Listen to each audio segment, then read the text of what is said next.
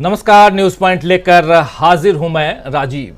तो दोस्तों, राहुल गांधी और कांग्रेस पार्टी ने इस वक्त मोदी जी की नींद उड़ाकर रख दी है।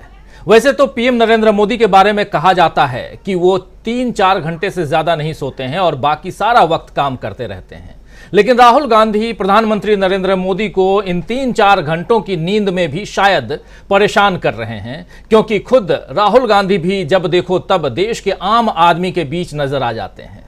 कभी बाइक मैकेनिक्स के बीच, तो कभी छात्रों के बीच, कभी ट्रक ड्राइवर्स के बीच, कभी डिलीवरी बॉयज के बीच, और इन सब के बीच बैठने और मिलने जुलने के बाद आज सुबह राहुल गांधी सोनीपत के, हरियाणा के सोनीपत के खेतों में धान रोपते हुए नजर आए। जो विजुअल आप देख रहे हैं, जरा इसको फुल स्क्रीन ले आइए, जरा उन तमाम साथियों के लिए जो अभी तक इस विजुअल को नहीं देखे होंगे, या जहां तक जानता हूं मैं कि आप लोगों ने देख ली होगी ये तमाम विजुअल्स को, लेकिन ये ज़्यादा ज़रूरी है यहाँ देखना कि क्या कुछ चल रहा है देश में और देश की सियासत में, और क्यों परेशान हो रहे हैं प्रधानमंत्री नरेंद्र मोदी, क्यों परेशान है बीजेपी, और क्यों राहुल गांधी ने बीजेपी की नींद उड़ा दी है। ज़रा इसको बहुत गौर से देखिए। और इन किसानों के बीच एक नेता, एक इंसान है जो यहाँ धान की रोपाई कर रहा है। ये बहुत इम्पॉर्टेंट विजुअल है और इसे देखना इसलिए भी ज़रूरी है क्योंकि इसके बाद आपको जो तस्वीर दिखाई देती है वो देश की सियासत की तस्वीर दिखाई देगी। तो दोस्तों, आपने देखा कि कल ही, आपको पता ही है कि कल ही गुजरात में हाई कोर्ट ने राहुल गांधी के खिलाफ फैसला सुनाते हुए उनकी 2 साल की सजा बरकरार रखी थी। बीजेपी ने शायद सोचा नहीं होगा कि इसके बाद राहुल गांधी वकीलों के साथ यही सोचा होगा कि बैठ करके अपने अगले कानूनी कदम के बारे में वो विचार कर रहे होंगे। ये नहीं सोचा होगा बीजेपी ने कि राहुल गांधी ये सब छोड़ करके किसी खेत में धान की रोपाई कर रहे होंगे। वो यही सोच रहे होंगे बीजेपी के लोग कि अब आगे के कदम के बारे में कि कैसे सुप्रीम कोर्ट पहुंचा जाए, उसकी बात शायद कर रहे होंगे राहुल गांधी, उसकी तैयारियां कर रहे होंगे। उनकी संसद की सदस्यता बहाल हो जाए या वो उनके चुनाव लड़ने के लिए योग्य हो जाए, इन तमाम मसलों पर चर्चा हो रही होगी। मगर राहुल ने तो ऐसा काम कर दिया जिसके बारे में बीजेपी ने दूर दूर तक सोचा ही नहीं होगा। दरअसल बीजेपी और मोदी जी इसीलिए ही परेशान हो रहे हैं कि वो सोच ही नहीं पाते हैं कि अब राहुल का अगला कदम क्या होगा। सियासत के अखाड़े में अगर अपने प्रतिद्वंदी के दांव पेच का अनुमान लगाना मुश्किल हो जाए तो पहले ही हार महसूस होने लगती है, ये तय मानिए। फिलहाल बीजेपी की हालत ऐसी ही है। एक तरफ राहुल गांधी के कदमों का अंदाज बीजेपी नहीं लगा पा रही है और दूसरी तरफ कांग्रेस ने उस पर कुछ ऐसे तीखे वार किए हैं जिनके जवाब देना बीजेपी के लिए मुश्किल हो गया है। आज कांग्रेस ने प्रेस कॉन्फ्रेंस की जिसमें पवन खेड़ा, जी हाँ, आप जानते हैं अच्छी तरह से पवन खेड़ा को, पवन खेड़ा ने बीजेपी पर बड़ा आरोप लगाया है। और पवन खेड़ा सीधा सीधा आरोप लगाते हुए कह रहे हैं कि देश के कई ठगों का संबंध सीधे प्रधानमंत्री नरेंद्र मोदी ऑफिस से, या प्रधानमंत्री के ऑफिस से है, या बीजेपी से निकल रहा है। पवन खेड़ा ने शुरुआत में ही कहा कि एक कहावत है कि पानी से पानी मिले, मिले कीच से कीच, लेकिन उसके बाद उन्होंने कुछ नहीं कहा। इसके आगे की लाइन उन्होंने कहा कि आप गूगल कर लीजिएगा, लेकिन हमने जहां तक बचपन से सुना है उसके आगे की लाइन आपके सामने रख दे रहा हूं, आपको गूगल करने की जरूरत नहीं है। आगे की लाइनें हैं कि ज्ञानी से ज्ञानी मिले, मिले नीच से नीच। पवन खेड़ा ने जम्मू कश्मीर में पीएमओ का अधिकारी बनकर लूट मचा रहे किरण पटेल का जिक्र किया और पूछा कि क्या कारण है कि भारत के शीर्ष नेतृत्व को ठग मिल जाते हैं, उनके नाम का इस्तेमाल करके ठगी करते हैं। पवन खेड़ा ने कहा कि कई जालसाज ठग पिछले महीनों पकड़े गए, कई नहीं पकड़े गए, कई विदेशों में सेटल हो गए, कई अभी तक पीएमओ के आसपास घूम रहे हैं। आइए जरा सुन लेते हैं पवन खेड़ा कह क्या रहे हैं, सुनिए जरा। एक कहावत है, पानी से पानी मिले, मिले कीच से कीच। उसकी अगली लाइन बोलूंगा तो दिक्कत में आ जाऊंगा, तो अगली लाइन नहीं बोल रहा, आप गूगल कर लेना। ज्ञानी को तो ज्ञानी मिल जाते हैं और जो अल्प ज्ञानी होता है उसको अल्प ज्ञानी मिलते हैं।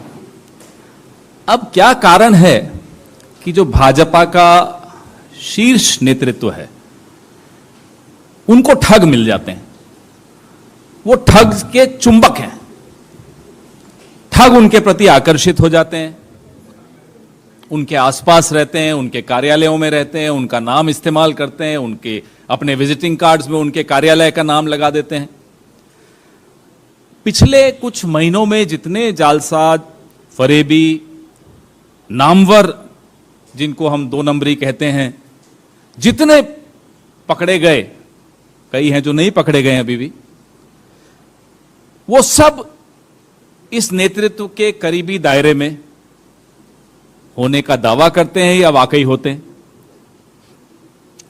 कई लोग तो विदेशों में सेटल हो गए अपना काम तमाम करके, और कई हैं अभी भी जो प्रधानमंत्री कार्यालय, भाजपा के दफ्तरों में, संघ के समर्थित जो लोग हैं उनके आसपास घूम भी रहे हैं, उनसे, जिसको अंग्रेजी में कहते हैं, लेजिटिमेसी भी लेते हैं और अपना काम कर रहे हैं। तो सुन रहे थे, ऐसे वक्त में जब प्रधानमंत्री नरेंद्र मोदी परिवारवाद के नाम पर कांग्रेस को घेरने में लगी हुई है, भ्रष्टाचार के नाम पर कांग्रेस को घेरने में लगी हुई है, तब कांग्रेस ने उन पर कड़ा, जोरदार पलटवार किया है। छत्तीसगढ़ से लेकर के तेलंगाना तक मोदी जी कांग्रेस पर आरोप लगाते दिखाई दे रहे हैं। तेलंगाना पर आज प्रधानमंत्री नरेंद्र मोदी तेलंगाना में थे और वहां भाषण दे रहे थे। वहां भी परिवारवाद से लेकर के भ्रष्टाचार तक सब पर प्रधानमंत्री नरेंद्र मोदी जो हैं वो गरज रहे थे। भ्रष्टाचार का जब भी नाम आता है तो अब लोग हंसने लगते हैं, परिवारवाद का नाम भी आता है तो लोग हंसने लगते हैं। जरा सुन लेते हैं पहले प्रधानमंत्री नरेंद्र मोदी को, उसके बाद अगर हंसने और रोने की बात आएगी तो उस पर भी हम चलेंगे। लेकिन पहले सुनिए क्या कुछ कह रहे हैं प्रधानमंत्री नरेंद्र मोदी। तेलंगाना में आज थे, चुनाव के प्रचार में लग गए हैं प्रधानमंत्री जी। मणिपुर तो नहीं गए, लेकिन 5 राज्यों में चुनाव है, जिनमें से 4 राज्यों को नापना शुरू कर दिया है। सुनिए क्या कुछ कह रहे हैं प्रधानमंत्री नरेंद्र मोदी, और खासकर परिवारवाद और भ्रष्टाचार पर। आज तेलंगाना में ऐसा कोई प्रोजेक्ट नहीं है जिसमें भ्रष्टाचार के आरोप नहीं है। केसीआर सरकार यानी सबसे भ्रष्ट सरकार, और देखिए खेल, अब तो दिल्ली तक इनके भ्रष्टाचार के तार फैल गए हैं। हम पहले 2 देशों या 2 राज्यों की सरकारों के बीच विकास से जुड़े समझौतों की खबरें सुना करते थे कि भाई विकास के लिए 2 राज्यों ने समझौता किया, पानी के लिए 2 राज्यों ने समझौता किया, ऐसी खबरें आती थी। लेकिन ये पहली बार हुआ है जब 2 राजनीतिक दलों और 2 राज्य सरकारों के बीच भ्रष्टाचार की डील के आरोप लगे हैं।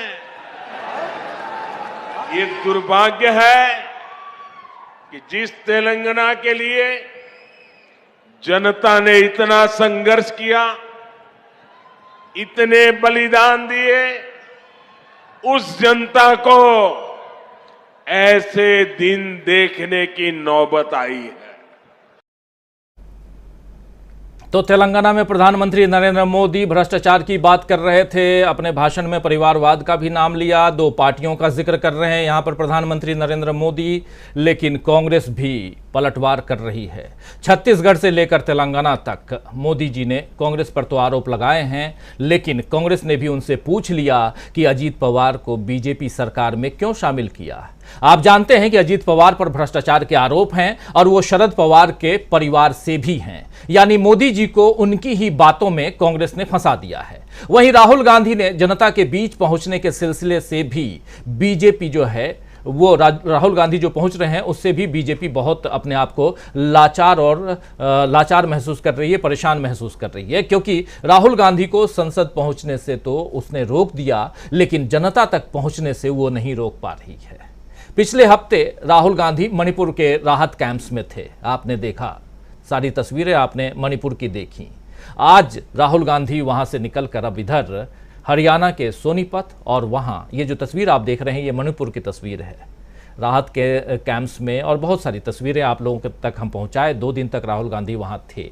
लेकिन आज राहुल गांधी जब हरियाणा के सोनीपत और वहाँ के गांव में पहुँचे तो वो खेतों में नज़र आए। और कल वहाँ कल जो आने वाला कल है वो कब कहाँ कल किस तबके के बीच दिख जाएंगे, इस बारे में कुछ नहीं कहा जा सकता है। क्योंकि बीजेपी भी रात को अब सोते वक्त ये जरूर सोचेगी कि पता नहीं कल सुबह सुबह कौन सी तस्वीर राहुल गांधी की आ जाए और उस पर किसको प्रेस कॉन्फ्रेंस में भेजना पड़े, कौन उस पर पलटवार करे, क्या तैयारियां करें। क्योंकि राहुल गांधी की भारत जोड़ो यात्रा का अगला पड़ाव जो है वो अभी तक सामने नहीं आया है, जारी है यात्रा। ये बहुत बड़ी बात है। आइए दोस्तों, राहुल गांधी से ही चर्चा की शुरुआत करते हैं, समझने की कोशिश करते हैं कि क्यों नींद उड़ा दी है राहुल गांधी ने, किस तरह राहुल गांधी ने अप्रत्याशित कदमों से बीजेपी को हैरान परेशान कर दिया है। क्या प्रधानमंत्री नरेंद्र मोदी के लिए बड़ी चुनौती बन गए हैं राहुल गांधी, और सबसे बड़ी बात वही कि राहुल गांधी ने बीजेपी की नींद उड़ा दी है। चर्चा की शुरुआत करते हैं। हमारे साथ कुछ वरिष्ठ साथी जुड़े हुए हैं, उन सबसे आपका परिचय करवाता हूं। आगे बढ़ते हैं। इस वक्त 6 वरिष्ठ साथी जुड़े हुए हैं हमारे साथ वरिष्ठ पत्रकार श्रवण गर्ग साहब जुड़े हुए हैं। गर्ग साहब, आपका स्वागत करता हूं।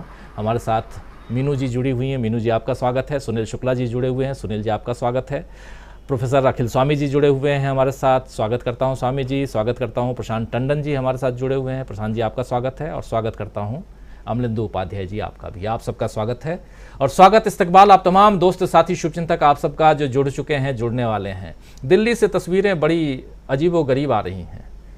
दिल्ली का दिल चांदनी चौक, वहाँ की तस्वीर आई झील के समान, बिल्कुल झील में तब्दील, क्योंकि सुबह से बारिश हो रही है। और एक मिंटो रोड भी है दिल्ली में। जो लोग दिल्ली से बाहर के हैं उनके लिए बता रहा हूँ, मिंटो रोड। और केजरीवाल जी कह रहे थे कि अब बिल्कुल चुस्त दुरुस्त है, वहाँ पानी का जमावड़ा, पानी नहीं जमा होगा। लेकिन पानी इतना जमा है वहाँ पे कि लोग वहाँ अब बोल रहे हैं कि नाव लेके आओ। तो ये थोड़ी सी बारिश हुई है, ज़्यादा बारिश नहीं हुई है दिल्ली में। और चांदनी चौक के सामने जो है वहाँ पर अभी पिछले 3-4 साल से खूब बढ़िया सड़कें बनाई गई, पैदल आप चल सकते हैं। लेकिन वहाँ अब आप थोड़े, अगर 2 घंटे और बारिश हो जाए तो नाव लेके जा सकते हैं। ये तस्वीर है दिल्ली की, इसलिए बता रहा हूँ कि इसी दिल्ली में सियासत की भी तस्वीरें ऐसी ही चौंकाने वाली आती हैं। और यहाँ से आगे बढ़ते हैं, राहुल गांधी खेत में पहुँचते हैं, जा रहे होते हैं दिल्ली से निकलकर सुबह सुबह शिमला। लेकिन वो जब मुरथल से आगे बढ़ते हैं, सोनीपत पहुंचते हैं, वहाँ एक गांव की तरफ बढ़ जाते हैं और खेत में जाकर धान की रोपाई करने लगते हैं। ये धान की रोपाई, धान के मतलब किसानों के बीच जाना, ये क्या पैगाम देता है, यहीं से शुरुआत करते हैं। ये तस्वीरें आप लोग सुबह से बहुत देख रहे होंगे, और जो नहीं देखे उनके लिए कि एक बंदा है जो सूट बूट में नहीं है, टी शर्ट में है और पैंट में है, और उस अपने ट्राउजर को, अपने पैंट को ऊपर करके, और वो किसानों की बात सुन रहा है, वो ट्रैक्टर चला रहा है, किसानों के साथ खाना खा रहा है और 2.5 घंटे उनके बीच रहता है, धान की रोपाई करता है। तो ये है भारत जोड़ो यात्रा। शुरुआत करते हैं प्रोफेसर अखिल स्वामी जी से। स्वामी जी, आपके पास आना चाहता हूं, कैसे देखते हैं आप, ये कितनी बड़ी चुनौती बनते जा रहे हैं राहुल गांधी, या ऐसे ही है और ऐसे ही अगले साल? कई लोग बोलते हैं कि 24 के बाद उनको यही करना है, तो इसलिए अभी से ये कर रहे हैं। देखिए राजीव जी, वास्तविकता में जो अभी तक हम लोग बातें करते थे कि भारत और इंडिया 2 पार्ट में डिवाइडेड है, तो समस्या ये हो गई है, मोदी जी तो इंडिया को रिप्रेजेंट करते हैं और जो राहुल गांधी हैं वो भारत को रिप्रेजेंट कर रहे हैं। जो भारत की 85% आम जनता है, राहुल गांधी उनसे अपने को आइडेंटिफाई कर रहे हैं। और मोदी जी किन के साथ आइडेंटिफाई कर रहे हैं? जो कि 5-7% प्लेन में घूमने वाले बड़े बड़े लोग, सूट ले टाई वाले, और आज तक कभी आपने उनको नहीं देखा होगा किसी मैले कुचले कपड़े वाले किसान उनके पास जाए। लेकिन एक राहुल गांधी असल में इतनी चुनौती उनके लिए पेश कर रहे हैं, मोदी जी के लिए समस्या क्रिएट हो रही है। मुझे नहीं लग रहा कि मोदी जी इसका कैसे सामना करेंगे, क्योंकि मोदी जी ने एक ब्रांड क्रिएट किया था। वो ब्रांड था एक ऐसे नेता का जो दिन में 5 बार ड्रेस बदलता है, बड़े बड़े लोगों से मिलता है, जब वो जाता है तो मोदी मोदी के नारे लगते हैं। और राहुल गांधी ने एक ऐसा ब्रांड क्रिएट कर दिया है पिछले 8 महीने से, जो कि भारत के 85% लोगों से आइडेंटिफाई करता है, जो भारत की जो मूल आत्मा है, जो भारत का आम आदमी है, उसे आइडेंटिफाई करता है। तो मुझे तो राजीव जी देखिए, वास्तविकता में ऐसा लगता है जैसे हम सुनते हैं कि समुद्र मंथन हुआ था, और समुद्र मंथन में जब विष निकला था और अमृत निकला था और महादेव ने विष को अपने कंठ में धारण कर लिया था, तो मुझे वास्तविकता में ऐसा लगता है कि आज की तारीख में राहुल गांधी जो हैं, जो समाज का निकला हुआ विष है उसको अपने गले में धारण कर रहे हैं। वो जितना समाज का दर्द है, दुख है, कष्ट है, उसको धारित कर रहे हैं। और उसके बाद वो ये कोशिश भी कर रहे हैं कि इस बार जैसे पिछली बार राहु केतु को थोड़ा अमृत का अंश मिल गया था, वो न मिले। तो वास्तविकता में ये जो संघर्ष है, ये भारत की मूल आत्मा का है, ये भारत के उन लोगों का है जो भारत के लिए संघर्ष करते हैं, जो जमीनी संघर्ष करते हैं, जो कि मजदूर हैं, जो किसान हैं, जो धान रोपने वाले हैं, जो कष्ट से पीड़ित हैं, जो लोअर मिडिल क्लास है, जो मिडिल क्लास है। के साथ असल में जो समस्या क्रिएट हो गई है, जो ब्रांड राहुल गांधी ने क्रिएट कर दिया है कि उन्होंने जो उच्च वर्ग का 15-20% लोगों का अपना जो एक सेगमेंट क्रिएट किया है, और ये मार्केट सेगमेंटेशन के हिसाब से राहुल गांधी ने जो 80, तो पहले जैसे बीजेपी वाले कहते थे लड़ाई 80 और 20 की है, वास्तविकता में राहुल गांधी ने वो 80-20 की लड़ाई में परिवर्तित उसको कर दिया है। 80% वो लोग हैं जो मेहनतकश हैं, जो संघर्षशील हैं, जो कष्ट में हैं, जो असली भारतवासी हैं। और जो ये लोग हैं, जो ये हवाला रैकेट वाले, काला धन वाले, बड़े बड़े स्विट्जरलैंड में बैंक अकाउंट खोलने वाले, पनामा में अकाउंट खोलने वाले, कश्मीर में और उत्तराखंड में Z+ सिक्योरिटी लेके चले जाने वाले, देश को छोड़ जाने वाले, वो जो 20% लोग हैं वो एक तरफ हो गए हैं। और जो 80% देश की जनसंख्या है, जो आपने कर्नाटक में तो राजीव जी अपनी अंगड़ाई देखी है, अभी आप वो अंगड़ाई का जो असली रूपांतर देखेंगे वो मध्य प्रदेश, छत्तीसगढ़, तेलंगाना में देखेंगे। तेलंगाना जो लग रहा था कि 5 चुनावों में सबसे कमजोर होगा, मुझे ऐसा लगता है, जो मैंने राहुल गांधी की वहां की मीटिंग देखी है, वहां एक प्रकार का तूफान उठ रहा है राहुल गांधी के फेवर में, और बीजेपी भी साफ हो जाएगी, BRS भी साफ हो जाएगी। तो वास्तविकता में ये संघर्ष अब 80 और 20 का हो गया है, देश की असली जनता का, भारत का, और 20% सूट बूट वाले इंडिया के बीच का संघर्ष है। भारत जीतेगा, और हम ये चाहेंगे कि भारत जीते, जिसे देश का जो मेहनतकश है, जो संघर्षशील आदमी है, जिसके चेहरे पे पसीना आता है, उसको न्याय मिले, उसको नौकरी मिले, उसको रोजगार उसका चले। और जो 20% लोग हैं, इनके हाथ में जो दौलत सिमटती चली जा रही है, वो न सिमटे, ये वितरित हो और सबके हाथ में जाए। जी, 80 और 20 दोस्तों आप समझ गए होंगे। यहाँ स्वामी जी 80 और 20 जो कह रहे हैं, ये 20% सूट बूट वालों के लिए कह रहे हैं। वो मत सोचिए जो उत्तर प्रदेश में प्रधानमंत्री नरेंद्र मोदी और योगी आदित्यनाथ ने कहा था, यहाँ कुछ और कहा जा रहा है। खैर, लेकिन क्योंकि 80-20 काफ़ी ज़्यादा चलता है और बहुत शानदार ढंग से प्रोफेसर अखिल स्वामी जी ने इसका डेफिनेशन, इसकी परिभाषा, नई परिभाषा यहाँ गढ़ के रखा है आप लोगों के बीच। और राहुल गांधी चूँकि ऑलरेडी अब खेतों में हैं और कभी बच्चों के बीच जाते हैं, एक सिंपल लाइफ जीने का एहसास कराते हैं, भारत और इंडिया के फ़र्क को बताते हैं। और अभी बात कर रहे थे स्वामी जी तेलंगाना की, कि तेलंगाना में कितनी भीड़ थी। उस तस्वीर को एक बार फिर से आप लोगों के सामने लाकर हम जरूर रखेंगे कि तेलंगाना की भीड़ क्या कुछ कहती है, और ये ज़रूरी भी है। खम्मम, तेलंगाना के खम्मम में थे राहुल गांधी वहाँ पे। लेकिन प्रशांत टंडन जी, आपके पास आना चाहता हूँ। प्रशांत जी, राहुल गांधी यहाँ दिल्ली में कभी बंगाली मार्केट चले जाते हैं, कभी चांदनी चौक चले जाते हैं, कभी मुखर्जी नगर चले जाते हैं, कभी झुग्गी झोपड़ियों में चले जाते हैं। सारी तस्वीरें आपने देखी। ये तेलंगाना की तस्वीर है जब हेलीकॉप्टर से उतरते हैं और राहुल गांधी आगे जाते हैं। ये तस्वीर कह रहा था मैं कि अभी दिखाएंगे, और यहाँ की भीड़ देख करके समझ में आ जाएगी बातें कि आज प्रधानमंत्री नरेंद्र मोदी तेलंगाना में थे और वहाँ की भीड़ पीएम की भीड़ और ये भीड़ क्यों अब तुलना की जा रही है, ये देखिए, ये उनके स्वागत की सत्कार में जो लोग इकट्ठा हुए थे, और इसी के बारे में अभी स्वामी जी बोल भी रहे थे। लेकिन दूसरी तरफ हम चलते हैं, ज़रा आपसे समझना चाहता हूँ, ये भीड़ या धान की रोपाई या लोगों के बीच जाना, हालांकि अब थोड़ा थोड़ा इन चीज़ों पे भरोसा इसलिए करना ज़रूरी भी है, उचित है। हम और आप साथ साथ हम लोग गए थे कर्नाटक चुनाव को कवर करने के लिए, प्रशांत जी, और कर्नाटक ने बहुत कुछ रख दिया है। सैंपल साइज जो हम लोग लेते हैं ओपिनियन पोल के लिए, वो ओपिनियन पोल के रूप में कर्नाटक दिखाई देता है कि नहीं देता है। 2024 तो दूर की बात है, 5 राज्यों के चुनाव की ही अगर कहें तो क्या हम लोग जो सैंपल लेके आए हैं वहां से, वो सैंपल यहां दिखाई देता है। और उसमें सबसे बड़ी बात जो सैंपल की कह रहा हूं, वो धान के खेत तक की बात है, जहां पानी में, कीचड़ में एक इंसान, सामान्य किसानों के साथ, खेतिहर मजदूरों के साथ धान की रुपाई कर रहा है। यही काम तो वो बस में चलते हुए, अभी आप देखें तस्वीर, जब वहाँ बस में चल रहे हैं राहुल गांधी, एक महिला आती है और उसके लिए उठ के खड़े, ये महिला बगल में बैठी हुई है, ये महिला जब आती है तो इसके लिए उठ के खड़े हो जाते हैं राहुल गांधी। फिर ये अपनी बात कह रही है, रो रही है, देखिए आंखों में आंसू है। फिर ये मोबाइल से तस्वीर शायद अपने बेटे या किसी की दिखा रही है और राहुल गांधी बात कर रहे हैं। क्या ये राजनीति दूर तक जाती हुई दिखाई देती है आपको, प्रशांत जी? 60% भारत जिसने 2019 में बीजेपी को वोट नहीं दिया, उसका कोई एक नेता नहीं है, तमाम सारे ऑफशूट्स हैं।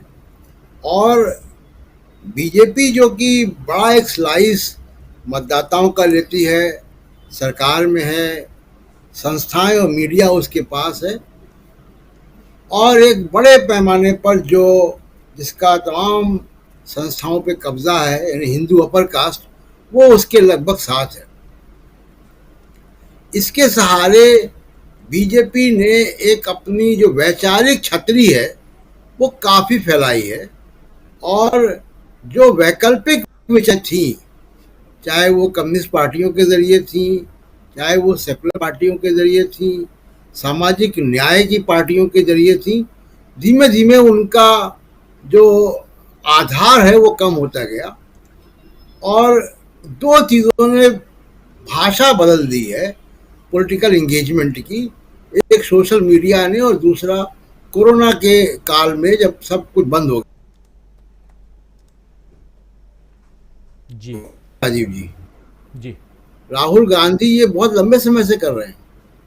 मुझे याद है कि वो महाराष्ट्र में ही, जगह का नाम मुझे नहीं याद आ रहा अभी, महाराष्ट्र में शायद सतारा में या रत्नागिरी में कहीं मजदूरों के साथ काम कर रहे थे,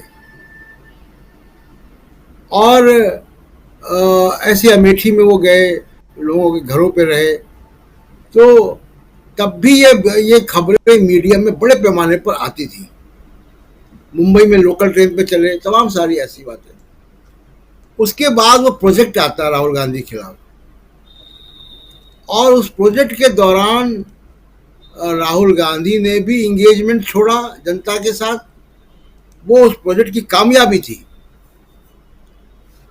और अब वो राहुल गांधी भारत जोड़ो यात्रा के बाद उससे निकल कर आए। तो यहाँ 2 बहुत महत्वपूर्ण बातें हैं। देखिए, राहुल गांधी एक जो काम कर रहे हैं कि आरएसएस बीजेपी के खिलाफ एक वैकल्पिक वैचारिक, जो भारत का मूल वैचारिक जमीन थी, संविधान के इर्द गिर्द लोकतंत्र, सेकुलरिज्म, सामाजिक न्याय, सोशलिज्म, इसके इर्द गिर्द जो भारत की ज़मीन थी, वो उसको रिक्लेम कर रहे हैं, और उसमें वो उनका कोई कंफ्यूजन नहीं, लगातार वो बातें कर रहे हैं। ये बातें और नेताओं ने करना बंद कर दिया है, लेकिन राहुल गांधी शिद्दत से इसको लगातार, चाहे वो भारत हो या भारत के बाहर हो, किसी माध्यम से वो होते हैं, वो ये बातें करते हैं। इसके साथ साथ देखिए, ये बातें, ये वैचारिक वैकल्पिक विचार का जो स्पेस है, वो सेमिनार से नहीं बन जाएगा, कॉन्स्टिट्यूशन क्लब की सेमिनार से, या इंडिया इंटरनेशनल सेंटर की सेमिनार से, या प्रेस कॉन्फ्रेंस से। वो करना होगा कनेक्ट करने से। जो भारत जोड़ो यात्रा में हुआ है या जो अब हो रहा है, उसमें वो ऑप्टिक्स बहुत जरूरी है, ये तस्वीरें बहुत जरूरी हैं,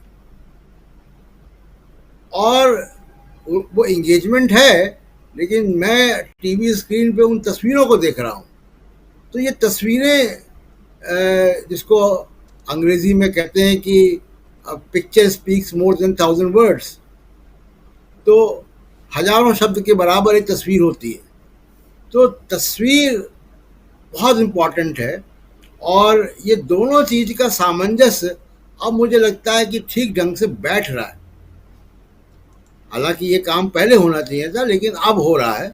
और तो वैकल्पिक विचार और वैकल्पिक शैली राजनीति की, जनता से इंगेजमेंट की, ये दोनों चीज़ें राहुल गांधी बहुत मुकम्मल ढंग से जो है वो डेवलप कर रहे हैं।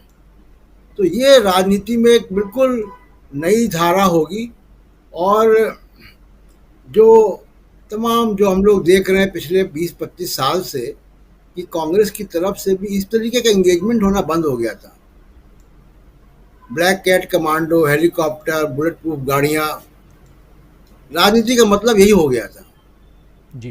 तो उस घेरे को राहुल गांधी ने तोड़ा है, और ये बहुत ज़रूरी है। इसके परिणाम कुछ भी हो, इलेक्शन के नंबर ऑफ सीट्स कितनी आती हैं और क्या होता है, लेकिन जो राजनीतिक दखल है, हस्तक्षेप है, वो बहुत आवश्यक है। मणिपुर में कांग्रेस की सरकार नहीं है, बीजेपी की सरकार है, लेकिन राहुल गांधी गए, वहां का लोगों का दुख दर्द सुना। ये बहुत ज़रूरी है। लोगों का दिल्ली के नेताओं से या बड़े नेताओं के प्रति जो विश्वास है, वो लोकतंत्र के प्रति आस्था को कायम रखता है, और ये अच्छी शुरुआत है या अच्छा कदम है, मैं कहूँगा। उसको और लोगों को भी इसको फॉलो करना चाहिए, अनुसरण करना चाहिए। जी, ये अच्छी शुरुआत, अच्छा कदम, दूसरे नेताओं को भी और लोगों को भी फॉलो करना चाहिए। किस ढंग से फॉलो करें दूसरे नेता? मीनू जी, आपके पास आना चाहता हूं। मीनू जी, कैसे आप देखती हैं राहुल गांधी क्या सचमुच एक चुनौती बनते चले जा रहे हैं? और क्या अभी तक जो बीजेपी खेमे में कहा जाता था कि मोदी जी के सामने कोई दूसरा नहीं है, क्या अब बीजेपी वाले भी मानने के लिए तैयार हो रहे हैं या हो जाएंगे कि नहीं, चुनौती बहुत है और ज़बरदस्त चुनौती है? ऐसा देखा जा सकता है। धान के खेत में जाते कभी राहुल गांधी, अलग अलग जो तस्वीरें राहुल गांधी की आ रही हैं, और एक नेता जो जन नेता होता है उसको ऐसे ही तो करना चाहिए। मीनू जी। जी जी राजीव जी, देखिए राहुल गांधी जो है डिस्कवरी ऑफ इंडिया पार्ट 2 लिख रहे हैं। अब आप कहेंगे लिख थोड़ी रहे हैं, वो पार्ट 1 नेहरू लिख चुके हैं, उनके परनाना या दादा जो भी कहा जाएगा। पार्ट 2 वो सड़कों पे लिख रहे हैं, सड़कों पे जो चल रहे हैं, जो असली भारत माता आज जो उन्होंने किया, वो आज वो डिस्कवरी ऑफ इंडिया लिखते हुए नेहरू की जो भारत माता की जो डेफिनेशन है, उसकी जो असली भारत माता है, जो उसकी आत्मा है, आज उसके साथ वो खेतों में काम कर रहे थे भारत माता के साथ। तो ये तस्वीर जो है, जैसा कि टंडन जी ने कहा कि लोगों के दिल में उतर गई ऑप्टिक्स जिसकी बात आ रही है, और ये इस तरह के ऑप्टिक्स लगातार राहुल गांधी दे रहे हैं। वो इसलिए नहीं दे रहे हैं कि उनको जनता को लुभाना है, वो इनफैक्ट उनका जो व्यक्तित्व है उसके दर्शन होते हैं इसके जरिए हमें, कि राहुल गांधी देखिए भारत जोड़ो यात्रा, जैसा मैंने कहा कि ये भारत जोड़ो यात्रा की निरंतरता है। ये जो अभी चल रहा है, कभी ट्रक ड्राइवर्स के साथ, मैकेनिक्स के साथ, आज फिर ये भारत माता के साथ खेतों में काम कर रहे हैं, धान रोप रहे हैं। तो ये जो है राहुल गांधी भारत जोड़ो यात्रा के दौरान भी यही करते रहे पूरे 5 महीने। आम जन से मिले, उनके साथ साथ वो कॉफी बागान के मजदूर, रबड़ बागान के मजदूर, मसाला बागान के मजदूर, मनरेगा मजदूर, मछुआरे और हथकरघा मजदूर, सफाई कर्मचारी, मैकेनिक, आदिवासी, न जाने मतलब जो हाशिए पे पड़े हुए लोग हैं, जिनको कोई पूछने वाला नहीं है, जो असल में असली भारत माता है, वो उसके साथ लगातार इंटरेक्शन में है। और वही अब चल रहा है। ये सीन है जो ये भी उसी का हिस्सा है, और जो राहुल गांधी मिले हैं वो भी उसी का हिस्सा है। अब लोगों के दिलों में ये तस्वीरें क्यों उतर रही हैं, ये इंटरेक्शन लोगों को क्यों एक सूदिंग इफेक्ट छोड़ रहा है। देखिए कल जिस तरह से हवा में टेंशन थी, सभी लोग बड़े टेंस थे जो कल गुजरात हाईकोर्ट का निर्णय था, तो राहुल गांधी ने उसको एक झटके में पलट दिया। देखिए टेंशन क्या इस व्यक्ति को नहीं होगी, लेकिन इसने जो ये सुबह जो तस्वीरें सामने आई उससे जनता वो भूल गई, उनको टेंशन ही भूल गई। तो लोगों को यही चाहिए, क्योंकि दुनिया, इस जो देश की जो जनता है वो तंग आ चुकी है। नेताओं की आक्रामक भाषा, नेताओं की आक्रामक भावभंगिमा और जनता से दूरी, उससे ऊब गई है जनता। जनता अब नेताओं के मन की बात रेडियो पे नहीं सुनना चाहती है। जनता अब डिजिटल मीडिया के ऊपर 8 बजे नेता का भाषण नहीं सुनना चाहती है। अब उसको चाहिए कि जो आए सामने दिखाई दे, उनको नेता साक्षात रूप में दिखाई दे। देखिए ह्यूमन टच की जो महत्व है वो इस मानव सभ्यता में आज भी है, पहले भी था और हमेशा रहेगा। तो जो ह्यूमन टच है, जो व्यक्ति टू व्यक्ति संपर्क है, वो खत्म होता जा रहा था। उसको राहुल गांधी ने दोबारा से रेस्टोर कर दिया है पब्लिक डिस्कोर्स में। तो वो चीज जो है जनता को पसंद आ रही है। मैं आपको पहले भी आप भारत यात्रा के दौरान कहती रही, लोगों को विश्वास ही नहीं हुआ शुरू में तो कि इस तरह का कोई इतना बड़ा नेता जनता के बीच में आ सकता है और गले लगा रहा है हर किसी को। जो कोई परेशान है तो बच्चा, महिला, बूढ़ा, बीमार, जो भी आ जाए उससे प्रेम से मिलती टच भी चाहिए। बहुत परेशान है जनता इस नफरत से।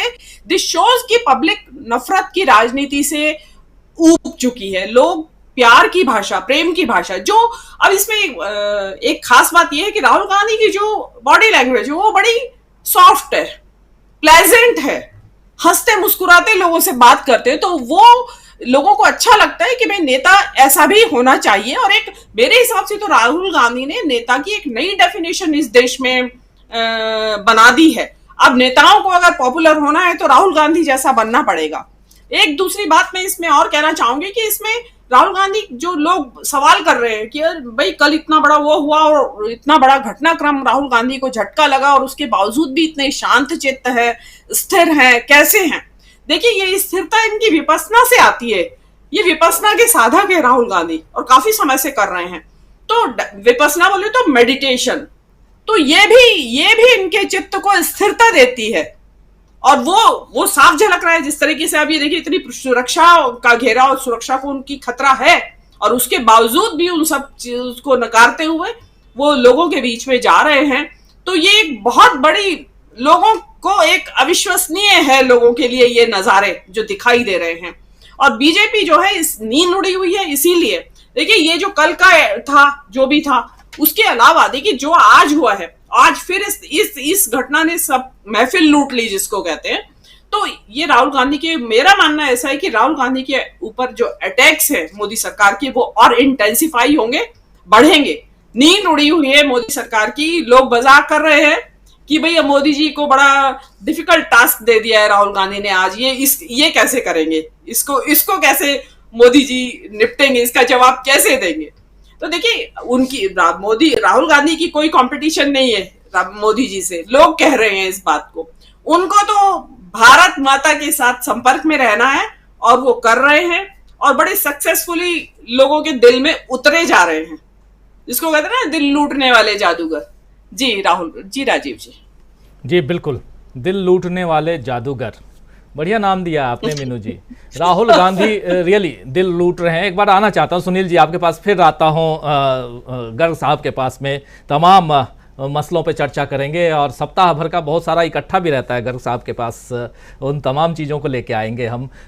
गुजरात हाई कोर्ट की बात भी करेंगे और राहुल गांधी उसके बाद ये जो विपश्यना कर रहे हैं या कुछ और कर रहे हैं और जो टेंशन दे रहे हैं, खुद तो चुपचाप हैं लेकिन दूसरों को इतना टेंशन क्यों दे रहे हैं, ये भी समझेंगे गर्ग साहब से। लेकिन अभी सुनील शुक्ला जी आपसे समझना चाहता हूँ कि क्या लगता है आपको, राहुल गांधी की राजनीति की जो ये दिशा है, यही दिशा अब देश की राजनीति में हावी होती हुई दिखाई देगी? ये जो कुछ कर रहे हैं राहुल गांधी, ऐसे ही करना होगा या प्रधानमंत्री नरेंद्र मोदी के समान जो वो भाषण देते हैं, जो जुमले गढ़ते हैं, जो लोगों से इंटरेक्ट करते हैं? क्योंकि अब दो नेता, जननेता, पहले एक अकेला चलता था, और कहते भी थे प्रधानमंत्री नरेंद्र मोदी की एक अकेला सब पर भारी। लेकिन कल पहली बार प्रधानमंत्री जब रायपुर में भाषण देने गए तो अपने साथ 5 और मंत्रियों को लेके गए थे, एक नहीं बल्कि 5 थे। तो वहां अकेला वाला मामला भी खत्म हो गया है। कैसे देखा जाए मोदी बनाम राहुल को, अब कहां देखते हैं आप सुनील जी? धन्यवाद राजीव जी। श्रवण गर्ग साहब ने आज एक ट्वीट किया है, 2 लाइन की ट्वीट है इनकी, पता नहीं आप लोगों ने पढ़ा कि नहीं पढ़ा। पढ़ाओ बिल्कुल। कि लोकतंत्र की फसल काट करके कुछ लोग क्या हो गए और यह नेता लोकतंत्र की फसल फिर से बो रहा है। यही जरूरत है। यह 2 लाइन इस पूरे घटनाक्रम का सार है, निचोड़ है। ये आज नेता कौन है? किस नेता को लोगों ने एक्सेप्ट किया? जिसका पब्लिक कनेक्ट रहा, जिसको लोगों ने अपने बीच का माना, जिससे संवाद कायम करने में, मिलने जुलने में कभी किसी ने हिचक नहीं महसूस की। मैं एक बार उड़ीसा गया था, वहां लोगों को बताया कि जब बीजू पटनायक किसी जिले में जाते थे तो वहां बंदी हो जाती थी, पूरे इलाके में हो जाता था कि आज बीजू बाबू आने वाले हैं और बीजू बाबू को सुनना है। और मैंने क्लिप्स देखी हैं कि बीजू पटनायक को लोग हाथ जोड़ करके सुन रहे होते हैं, जैसे किसी बड़े भारी महात्मा का या किसी बड़े बड़े सिद्ध पुरुष की आवाज सुन रहे हैं। यह नेता की पकड़ होती है। हम लोग अपने जीवन में देखे हैं कि वही नेता सफल रहा जिसका पब्लिक कनेक्ट बेहतर हो। नेता को अपनी इमेज बनाने के लिए किसी एडवर्टाइजमेंट एजेंसी की जरूरत नहीं पड़ती है, किसी पर्सनालिटी बिल्डिंग प्रोफेशनल की आवश्यकता नहीं होती है। उसको इस बात की चिंता नहीं होती है कि किस मौसम में, किस दिन, किस रंग का कपड़ा पहने हुए या नहीं पहने हुए। नेता की ताकत ये होती है कि उसका पब्लिक कनेक्ट कैसा है, लोग उसको अपने बीच का कैसा मानते हैं। इस राहुल गांधी को राजीव जी मैंने कई बार अमेठी में देखा है, उस समय जब यूपीए की सरकार होती थी, और जो इनका अपना तरीका था लोगों से मिलने जुलने का, कहीं कोई भी सब जितने कार्यक्रम होते थे ज्यादातर घोषित, जा रहे हैं रास्ते में रुक कर लोगों से बात कर रहे हैं, और लोग वहां अपने आप को इनसे एक अच्छा खासा लगाव महसूस करते थे। और मुझे लगता है कि आज भी यही कार्यशैली सोनिया गांधी की रायबरेली मैंने देखी है और अमेठी मैंने राहुल गांधी की देखी थी। लेकिन एक बहुत ही व्यापक तरीके से ये अभियान चलाया गया और एक ऐसी इमेज बनाने की कोशिश की गई कि ये बहुत ही अगंभीर और निर्लिप्त भाव से राजनीति करने वाले लोग हैं, जिनको लोगों के सरोकारों से कोई मतलब नहीं है। राहुल गांधी ने इन सभी भ्रमों को तोड़ दिया। आज ये फोटो इस बात की गवाही है कि यह व्यक्ति वास्तव में जनता से कितना जुड़ना चाहता है। सबके हाथ में अपने अपने जूते उनके हाथ में है, कोई किसी को दिया हुआ नहीं है। सब किसी के पास बूट नहीं है कीचड़ में जाने के लिए कि बूट पहन करके आप खेत में घुस गए। सबके पैर कीचड़ से सने हुए हैं, नंगे पैर हैं, सबके जूते उनके हाथ में हैं और अपने आप को संभालते हुए खेत के पगडंडी मेड़ों पे चलते चले जा रहे हैं। जनता से जुड़ने का यही तरीका होता है और इस तरीके को आप रोक नहीं सकते, इस तरीके को आप खारिज नहीं कर सकते। राहुल गांधी ने जो अभियान शुरू किया अपनी भारत जोड़ो यात्रा के माध्यम से, उस लाइन को, उस लकीर को लगातार लंबी खींचते चले जा रहा है। मैं मीनू जी की बात से सहमत हूं कि जो कल का पूरे देश का एक तनाव की स्थिति थी, वो लोग जो इस देश में लोकतंत्र की वापसी चाहते हैं या वो लोग जो इस लोकतांत्रिक व्यवस्थाओं पर हो रहे हमले से लेकर चिंतित हैं, उसको एकदम आसान कर दिया। उस किसी भी व्यक्ति से आपका प्रतिद्वंदी घबराएगा जिसका पब्लिक कनेक्ट बेहतर होगा, जो अपने आप को जनता के सरोकारों से जुड़ा हुआ महसूस करेगा, उन संस्थाओं के प्रति विश्वास निस्बत का होगा जिससे लोकतांत्रिक परंपराएं और स्थितियां मजबूत होती हैं। राहुल गांधी ने ही किया। राहुल गांधी की वो पहली लाइन मुझे याद है कि जनता से जुड़ने के अलावा और कोई विकल्प नहीं है, क्योंकि जो कुछ भी हो रहा है इस देश में उसका समाधान केवल और केवल जनता के पास है। और जनता के पास जब आप जनता की बात को पहुंचाएंगे नहीं तो उसका कोई समाधान नहीं निकल सकता। यह राहुल गांधी की ताकत है कि आज यह कहा जा रहा है, मुख्यमंत्री ये कह रहे हैं कि केंद्र सरकार का मुखिया प्रधानमंत्री झूठ बोल रहे हैं। अगर किसी राज्य का मुख्यमंत्री वो कह दे तुरंत थोड़ी देर में कि आज जो बात कही जा रही है वो झूठ बात है, अगर ये बात कही जाए कि केंद्र सरकार का गृह मंत्री झूठ बोल रहा है, यह वह ताकत है जो जनता से लोगों को मिली है और राहुल गांधी ने इसी बात को फैलाया। आज जो आप झूठ का वातावरण बनाए हुए हैं, जो एक कृत्रिम माहौल बना करके लोगों ने रखा हुआ है, उस पूरे के पूरे स्थितियों को इस पब्लिक कनेक्ट ने खारिज कर दिया और लोगों के बीच जाकर के राहुल गांधी ने ये बताने की कोशिश की, अपने आप को जोड़ने की। मणिपुर की यात्रा क्या थी? मणिपुर में जाके क्या कर लेंगे आप? किसी को दो रोटी देने की स्थिति आपकी नहीं, कोई आपकी सरकार थोड़े है वहां। लेकिन किसी के दुख दर्द में उपस्थित होना, उनके साथ अपने को जोड़ना, उस सामने वाले व्यक्ति के दुख दर्द को कम करना है। और ये नहीं कि गए और एक आपने राजनीतिक पर्यटन किया और चले आए। 2 दिन 3 दिन 2.5 दिन आप वहां रहे, जिन जिन लोगों से मिलना था मिले, राज्यपाल से भी मुलाकात की। अगर सड़क के किनारे खड़ा हुआ सिक्योरिटी का आदमी, अगर राहुल गांधी जो संसद का सदस्य तक नहीं है, किसी पार्टी का महत्वपूर्ण ऑफिस बेयर भी नहीं है, वो खड़ा होकर के कहता है कि साहब मुझे आपके साथ सेल्फी लेना, 1-2 नहीं लाइन लगी हुई है। यह बढ़ता हुआ विश्वास है, और यह बढ़ता हुआ विश्वास इंजेक्ट किया हुआ नहीं है, लोगों के बीच से उपजा हुआ है। और यह उपजा किस बात पे है कि इस नेता ने अपने आप को लोगों से जोड़ने की कोशिश की, हर वर्ग के लोगों से जोड़ने की कोशिश की, चाहे किसान हो, विद्यार्थी हो, मैकेनिक हो, चाय बेचने वाला हो, किसी कंपनी में काम करने वाला हो, जो व्यक्ति उपेक्षित है या जिसके सामने कोई ना कोई संकट है, जिसको ये लग रहा है कि सरकार उसका ध्यान नहीं दे रही है, जिस बात के लिए लोग सरकार की तरफ देखते हैं। तो यह जो जनता से लगातार जुड़े रहने की स्थिति है, सरकार की जो वादा खिलाफी है, सरकार की जो विफलताएं हैं, लोकतंत्र पे जो प्रश्न खड़े किए जा रहे हैं, इन तमाम मुद्दों को लेकर के जो राहुल गांधी ने आवाज दी है, यह सबसे बड़ा संकट है सत्तारूढ़ दल के लिए। और यह क्रम रुक नहीं रहा है। आज मैंने कल किसी ने नहीं सोचा था कि करोल बाग में मोटर मैकेनिक से मिलने के बाद आप धान के रुपए करने लगेंगे। यह जो एक अचानक और स्वाभाविक सी गतिविधि है, यह राहुल गांधी के प्रति विश्वसनीयता लोगों की ओर बढ़ा रही है कि यह राजनीति करने या राजनीतिक माइलेज लेने की कोशिश नहीं है, बल्कि लोगों के सामने उनके मुद्दों के साथ खड़े होने की कोशिश है, एक ईमानदार कोशिश है। और लोगों का इस बात का आह्वान है कि आपको निकल करके आना होगा, आप उन चीज़ों को आपको समझना होगा कि आपकी सक्रिय भागीदारी के बगैर जो लोकतांत्रिक संस्थाओं पर, लोकतंत्र पर, लोकतांत्रिक प्रक्रिया पर चुनौतियां खड़ी की जा रही हैं, उसका समाधान नहीं निकलने वाला है। जिस तरह की राजनीतिक गतिविधियां राहुल गांधी ने अपनाई हैं, वह किसी भी ऐसे दल के लिए चुनौती है जो केवल और केवल कृत्रिम वातावरण तैयार करती है, जो केवल पोलराइजेशन ध्रुवीकरण की बात करती है, ऐसे मुद्दों को उठाकर ध्रुवीकरण की बात करती है जिससे लोगों के मन में भावनात्मक उसकी कीमत वसूल की जा सके। जो सरकारें अपने गवर्नेंस की बात नहीं करने के लिए तैयार हैं, उनके लिए राहुल गांधी की जो राजनीतिक गतिविधियां हैं बहुत बड़ी चुनौती है। आप आज अगर छत्तीसगढ़ में जो सरकार कह रही है कि हमने ये किया है, हमारी ये कार्यक्रम है, हमने लोगों के लिए, किसानों के लिए कोरोना काल में हमने ये किया है, इसलिए हम आपके साथ हम आपसे चाहते हैं कि आप हमको दोबारा जनादेश दीजिए। आप तो कोई बात ही नहीं कर रहे हैं, आप तो किसी का पैर धो रहे हैं और किसी को शाल पहना रहे हैं।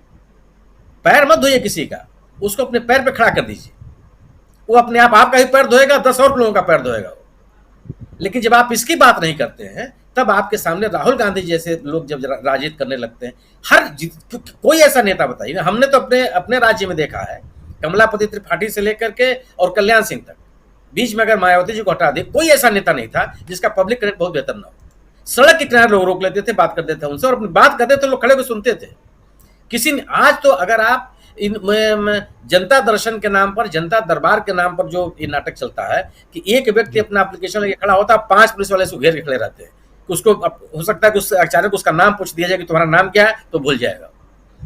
और ये ऐसे नेता होते हैं जिनसे आप निर्द्वंद होकर अपनी बात कहिए, 5 सवाल पूछिए और वह दिन याद कीजिए जब किसी महिला ने जवाहरलाल नेहरू का कॉलर पकड़ लिया था। अगर आप पब्लिक कनेक्ट नहीं करेंगे और आप इस तरह के एक अपने हीरो की भूमिका बनाएंगे, तो वह चलने वाला नहीं। हीरो को तो फ्लॉप होना ही होना है। एक काल विशेष में आप एक काम कर सकते हैं, क्योंकि वह ओढ़ा हुआ और कृत्रिम तरीके से बनाई हुई एक तस्वीर है। यह जब आप जनता जनार्दन से मिलते हैं तो एक स्वाभाविक तस्वीर होती है, और लोग अपने आप का अपना जुड़ाव महसूस करते हैं और मुद्दों के साथ जोड़ना चाहते हैं जो नेता उठा रहा है। जी बिल्कुल बिल्कुल। गर्ग साहब के पास आऊं, लेकिन एक बाइट राहुल गांधी की कल हमने सुनाई थी, उसको फिर से सुनाना चाहूंगा। और यहां से समझना चाहते हैं हम कि क्या राहुल गांधी ने जैसे ही उनको सजा हुई, 2 साल की सजा, मैक्सिमम सजा, उसके बाद से, हालांकि पहले से सड़कों पे तो है ही, लेकिन उसके बाद से और वो राहुल गांधी इस बात के लिए तैयार हो गए कि अब जनता के अलावा कुछ नहीं है, न्यायालय और न्यायालय की जो प्रक्रिया है वो चलती रहेगी। जरा सुन लेते हैं और फिर आते हैं सीधा गर्ग साहब के पास और आज की तस्वीर से फिर चर्चा की शुरुआत करते हैं। सुनिए राहुल गांधी को। सवाल पूछना मैं बंद नहीं करूंगा। मैं हिंदुस्तान के लोकतंत्र के लिए लड़ रहा हूं और मैं हिंदुस्तान के लोकतंत्र के लिए लड़ता रहूंगा। किसी चीज से नहीं डरता हूं, यह सच्चाई है। चाहे मुझे सदस्यता मिले ना मिले, मैं अपना काम करूंगा। अगर ये मुझे परमानेंटली डिस्क्वालीफाई कर दें तो भी मैं अपना काम करूंगा। अगर मुझे रीइंस्टेट कर दें तो भी मैं अपना काम करूंगा। मुझे कोई फर्क नहीं पड़ता मैं पार्लियामेंट के अंदर हूं या बाहर हूं, कहां हूं। मैंने आपसे कहा मुझे अपनी तपस्या करनी है, मैं उसको करके दिखाऊंगा। Disqualify me for life, put me inside jail, I will keep going, I will not stop. Garg साहब, सीधा आपके पास जो कुछ चल रहा है और इसमें राजनीति किस दिशा में जाती हुई, राहुल गांधी की राजनीति किस दिशा में देखते हैं आप? राजीव जी, मैं राहुल गांधी की कोई राजनीति नहीं देख रहा हूं। मैं राहुल गांधी को देख रहा हूं। देखिए, 2011 में राहुल गांधी भट्टा परसोल में गए थे, ये नोएडा के पास। ये भट्टा और परसोल दोनों मिले हुए दो गांव हैं और वहां गरीबों की जमीन को हथिया लिया गया था और आंदोलन हुआ था किसानों का। राहुल गांधी 2011 में जहां गए थे और आज जहां गए राहुल गांधी, उसमें कोई फर्क नहीं है। ये हमारी आंखों में फर्क आ गया है, हमारे देखने में फर्क आ गया है। 2020 में राहुल गांधी हाथरस गए थे प्रियंका के साथ। आपको पता है कि हाथरस में क्या हुआ था। राहुल गांधी वही हैं। राहुल गांधी को समझने में इस देश ने देरी कर दी, राजीव जी, और कांग्रेस ने भी देरी कर दी। कांग्रेस बहुत देर से समझ पाई। आप सोचिए कि कितने सालों तक कांग्रेस के अंदर एक जो बीजेपी थी, वो कांग्रेस के अंदर बीजेपी, वो राहुल गांधी और गांधी परिवार पर कितने हमले करती रही और एक शानदार आदमी को डिप्रेस करते रहे, एक षड्यंत्र के तहत। राहुल गांधी तो सालों से सड़कों पर ही है, राजीव जी। ये देश महलों में बैठा हुआ था।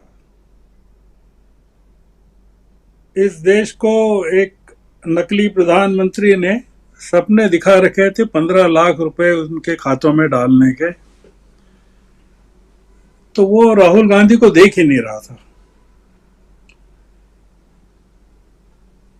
वो नकली आदमी अब एक्सपोज हो गया। राहुल गांधी वही है, मतलब वो ऐसे ही करेंगे। आप दुनिया के बड़े बड़े जो नायक हैं,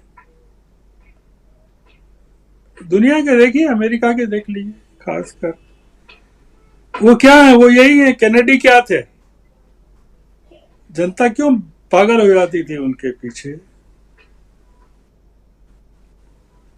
मूल कारण ये था, या लिंकन हो या जितने तमाम लोग हों,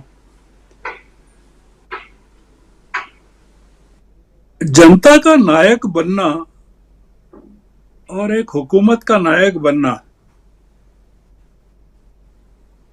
राहुल गांधी महात्मा गांधी बनने की कोशिश कर रहे हैं, जयप्रकाश नारायण बनने की कोशिश कर रहे हैं। ये जो इन्होंने कहा, मीनू जी ने, विपश्यना जो है ना, वो डिटैचमेंट की साधना है। आप अपनी बॉडी से कैसे डिटैच करते हैं अपने आप को, अपने मन को संसार से कैसे डिटैच करते हैं।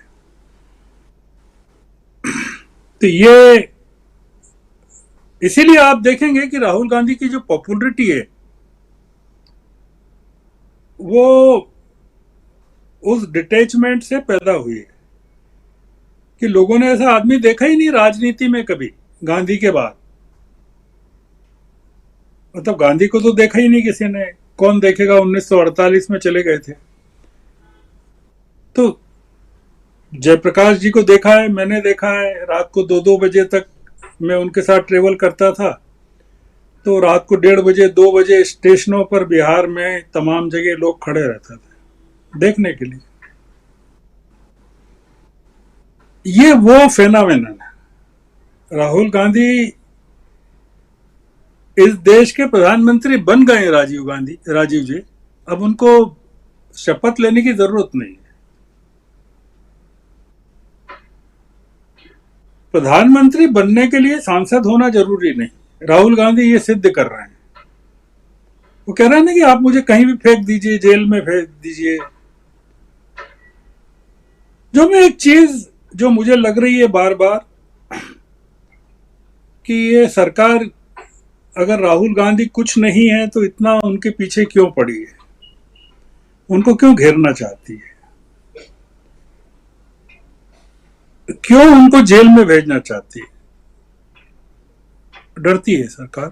वो लगता है कि ये एक आदमी जो है, जैसे अंग्रेजों को लगता था ना कि ये एक आदमी हमें सत्ता से बाहर कर सकता है, निहत्था आदमी। ये निहत्था आदमी, ये जो हमारे नए अंग्रेज हैं, जो जिनके दोस्त, जैसे अंग्रेजों के जमाने में सारा धन जो है बाहर जाता था, अंग्रेज लूट कर ले जाते थे। ये हमारे जो प्रधानमंत्री है ना, इनके दोस्त ले जा रहे हैं सारा धन लूट कर बाहर। हर महीने लोग जा रहे हैं, मिलियनर्स जा रहे हैं अब तो देश छोड़ कर। अडानी के ऊपर आरोप यही तो है ना कि आप बताइए, ये कंपनियां, शेल कंपनियां जो हैं, जो आपने बनाई है, वो किसकी हैं? तो ये राहुल गांधी को घेर रहे हैं राजीव जी। और सुप्रीम कोर्ट के फैसले के पहले, सुप्रीम कोर्ट जाए और फैसला आए और ये सरकार उनको, राहुल गांधी के खिलाफ कार्रवाई करे, उनको जेल में डाले, उसके पहले राहुल गांधी पूरे देश को इतना रिचार्ज कर देना चाहते हैं, आंदोलित कर देना चाहते हैं कि इस देश को उनकी अनुपस्थिति का एहसास होना चाहिए। इस पूरे विपक्ष को उनकी कमी खलनी चाहिए कि राहुल गांधी हमारे बीच में क्यों नहीं है। और ये एक आदमी ही बदलेगा। मैं पहले भी मैंने कहा था, अभी भी कह रहा हूं कि बाकी लोग कहाँ हैं? वो जो पटना में इतनी पार्टियां थी, उनके नेता कहाँ हैं? वो सड़कों पर क्यों नहीं दिख रहे हैं? राहुल गांधी के बगल में खड़े हुए क्यों नहीं दिख रहे हैं? वो नहीं दिखेंगे क्योंकि राहुल गांधी जैसी सामर्थ्य पैदा करना, उनके जैसी ईमानदारी उनके चेहरे पर नहीं है। वो कहीं ना कहीं, ये जो आपने तेलंगाना की सभा का जिक्र किया, आपने देखा कि मध्य प्रदेश में आए थे प्रधानमंत्री, तो उन्होंने एनसीपी पर हमला किया था, पवार की पार्टी पर, और आरोप लगाया था 70,000 करोड़ रुपया का भ्रष्टाचार का आरोप लगाया था। और क्या हुआ? सारे भ्रष्टाचारियों को शामिल कर लिया उन्होंने अपनी पार्टी में। तेलंगाना में क्या किया उन्होंने? यही किया है। अब वो जो वहां के मुख्यमंत्री की बेटी को जो आज जो चर्चा आपने बताई है, दिल्ली तक तार जुड़े हैं, वो वही है ना, शराब कांड है वो। आप आम आदमी पार्टी के नेताओं के साथ जो जुड़ा हुआ, तो ये दबाव की राजनीति कि अब आप भी भारतीय जनता पार्टी में शामिल हो जाओ, नहीं तो आपको भी हम खत्म कर देंगे। ये जो राजनीति चल रही है, और राहुल गांधी ने ऐसा कुछ नहीं किया। अगर आपको याद हो राहुल गांधी का भाषण भारत जोड़ो यात्रा के दौरान, जब वो तेलंगाना गए थे और तेलंगाना में उन्होंने सभा की थी, ये तो काफी पहले की बात है ना, चुनाव का तो तब कुछ था भी नहीं। तब उन्होंने केसीआर की सरकार पर आक्रमण किया था और उन्होंने कहा था कि हम इस सरकार के खिलाफ लड़ाई लड़ेंगे, इस सरकार से समझौते का कोई सवाल ही नहीं उठता। राहुल गांधी समझौता नहीं कर रहे हैं। दिक्कत यह है, राजनीति में नहीं कर रहे हैं, कांग्रेस के अंदर नहीं कर रहे हैं। बीजेपी को एक उम्मीद थी कि मध्य प्रदेश में झगड़े होंगे, कांग्रेस में वो नहीं हुए, फिर उम्मीद थी छत्तीसगढ़ में होंगे। आपने देखा कि सिंहदेव को कैसे उप मुख्यमंत्री बना दिया, और आपने देखा ना कितने स्मूथली उन्होंने राजस्थान का मामला निपटा दिया। आपने देखा हो कभी विजुअल्स की कैसे मीटिंग के बाद पायलट मुस्कुराते हुए बाहर निकले, कि जैसे कोई संकट में फंसा पायलट अपने विमान को सफाई के साथ नीचे उतार लेता है, वो मुस्कुराहट थी उनके चेहरे पर। और गहलोत साहब आए नहीं, जानबूझ करके मीटिंग में वो वर्चुअली मौजूद थे। ये कमाल राहुल गांधी कर सकते हैं जो वो कर रहे हैं, और एक नए फेज में राजनीति है अभी, और क्रिटिकल फेज है, ये बहुत क्रिटिकल फेज है। और एक जो आखिरी बात है वो ये कि जो अहमदाबाद हाई कोर्ट के फैसले के बाद इस तरह से खेतों में जाने का काम तो कोई संत पुरुष ही कर सकता है, कोई आम आदमी नहीं कर सकता। ये बड़ी घटना है भारतीय राजनीति की। मैं अभी इतना ही बोलना चाहता हूँ। जी जी, बिल्कुल बिल्कुल। भारतीय राजनीति में एक बड़ी घटना, और उस घटना का जिक्र हम कर रहे हैं। घटना ये है कि राहुल गांधी के कदम जो बढ़ रहे हैं, उन बढ़ते हुए कदमों के पीछे पीछे क्या अब बीजेपी चलेगी, या बीजेपी अपने हिसाब से जैसे चलती आई है उसी हिसाब से आगे बढ़ेगी? सवाल बहुत सारे हैं, और प्रधानमंत्री नरेंद्र मोदी के जितने दांव, उसमें भी दो शब्द आप याद कीजिए, एक परिवारवाद और दूसरा भ्रष्टाचार। दोनों शब्दों के इर्द गिर्द खुद बीजेपी और प्रधानमंत्री नरेंद्र मोदी घिरते हुए नजर आ रहे हैं। बहुत सारे सवाल हैं, क्योंकि आज जब कांग्रेस पार्टी और उनके प्रवक्ता पवन खेड़ा ने जब प्रेस कॉन्फ्रेंस की, तो उन्होंने कहा कि मैक्सिमम ऐसे लोग जो भ्रष्टाचार कर रहे हैं वो या तो बीजेपी में शामिल हो रहे हैं, या कुछ पीएमओ के चक्कर लगा रहे हैं, या पीएमओ के इर्द गिर्द हैं। और उसमें उदाहरण था अभी कुछ दिनों पहले वाला उदाहरण, जम्मू कश्मीर में जो एक बंदा पकड़ाया था। तो ये सब आप जानते हैं। और क्या एक दूसरी राजनीति देश में चल रही है, और उसमें राहुल गांधी, जैसा बता रहे हैं गर्ग साहब कि राहुल गांधी हैं, और वहां राजनीति को अलग रख करके वो अपनी दिशा में एक सबसे बड़ी बात यहां कह रहे थे गर्ग साहब आप, और बहुत इंपॉर्टेंट बात, कि राहुल गांधी की सजा अगर सुप्रीम कोर्ट में समाप्त नहीं होती है, खत्म नहीं होती है, राहुल गांधी के खिलाफ फैसला जाता है, तो उनको जेल जाना होगा। और जेल जाने से पहले इस देश को राहुल गांधी अपने होने का, अपने अस्तित्व का जो मैसेज है, जो पैगाम है, वो दे देना चाहते हैं, और उसी कड़ी में वो आगे बढ़ रहे हैं। और आज आपने देखा कि धान की रुपाई कर रहे थे, यानी किसानों के बीच, खेतिहर मजदूरों के बीच, मनरेगा मजदूरों के बीच, बहुत सारे, एक धान की फसल और वो भी उसको रोपना बस इतना मात्र नहीं है, उसके पीछे बहुत कुछ है। उस कहानी के पीछे आप जाइए तो बहुत सारी चीजें, भारत की तस्वीर ऐसे ही निकल आएंगी, खत्म हो जाएंगी धीरे धीरे।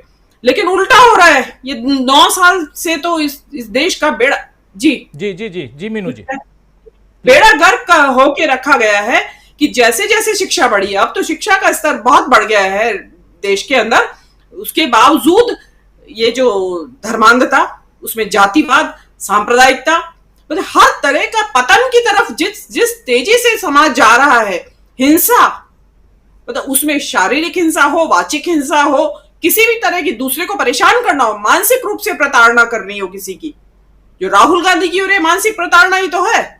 कोई शरीर से थोड़ी पीट रहे हैं राहुल गांधी को। तो ये इस तरह की हर तरह की शारीरिक, मानसिक और वाचिक प्रताड़नाएं हैं, हिंसाएं हैं, वो पूरी तरह जो उबाल पर हैं इस देश के अंदर। तो जो कहते रहिए आपकी लोकतंत्र की जननी है हम, लेकिन अभी देखा जा रहा है कि अभी ये तैयारी हो रही है कि लोकतंत्र, ये इस देश है, इस भारत देश के लोकतंत्र को वॉच के अंदर कैटेगरी में डालने की बात हो रही है कि इस देश में लोकतंत्र में देश का लोकतंत्र स्वस्थ भी है या नहीं, या यहाँ कुछ अंदर बीमारी घर कर गई है, एक ऐसी बीमारी घर कर गई है जो लाइलाज है। उसमें राहुल गांधी ने थोड़ा बहुत उपचार शुरू किया है उसका।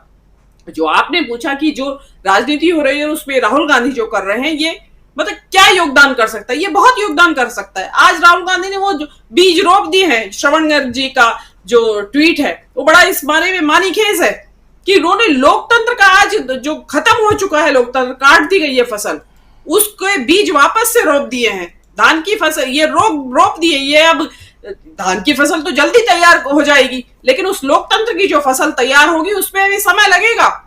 अब उसमें हम और आपको, मीडिया को, आम जनता को, बुद्धिजीवियों को, शिक्षाविद, जो समझदार लोग हैं, जागरूक नागरिक हैं, उन सबको इस फसल की देखभाल करनी पड़ेगी जो राहुल गांधी बो रहे हैं आज। तब जाके कहीं इस फसल को हम लहलाते हुए देखेंगे। लेकिन इस वक्त तो लोकतंत्र जो है वेंटिलेटर के ऊपर पड़ा हुआ है। और मोदी जी आप देखिए तेलंगाना की रैली में आज, मतलब मुझे तो बहुत हैरानी होती है कि इनको क्या हुआ क्या है। आज वो तेलंगाना की सरकार से पूछ रहे हैं कि भाई आपने इतने लाख रोजगार देने का वादा किया था, कितने दिया आपने? उनको मतलब हद है मोदी जी की। अपने आप देखिए ना, आप बताइए कि आपने कितने रोजगार, ये 2 करोड़ रोजगार आपने प्रतिवर्ष देने का वादा किया था, आपके रोजगार कहां गए? मतलब 45 वर्षों में सबसे ज्यादा बेरोजगारी की दर है देश के अंदर। और पिछले दिनों एक आंकड़ा आया था कि 45 करोड़ के करीब लोगों ने तो अपना रोजगार या नौकरी ढूंढना ही बंद कर दिया, क्योंकि उनको पता है कि हमें नहीं मिलेगी। उसके अलावा वो भ्रष्टाचार की बात कर रहे हैं, उसी वही तान छेड़ रहे हैं।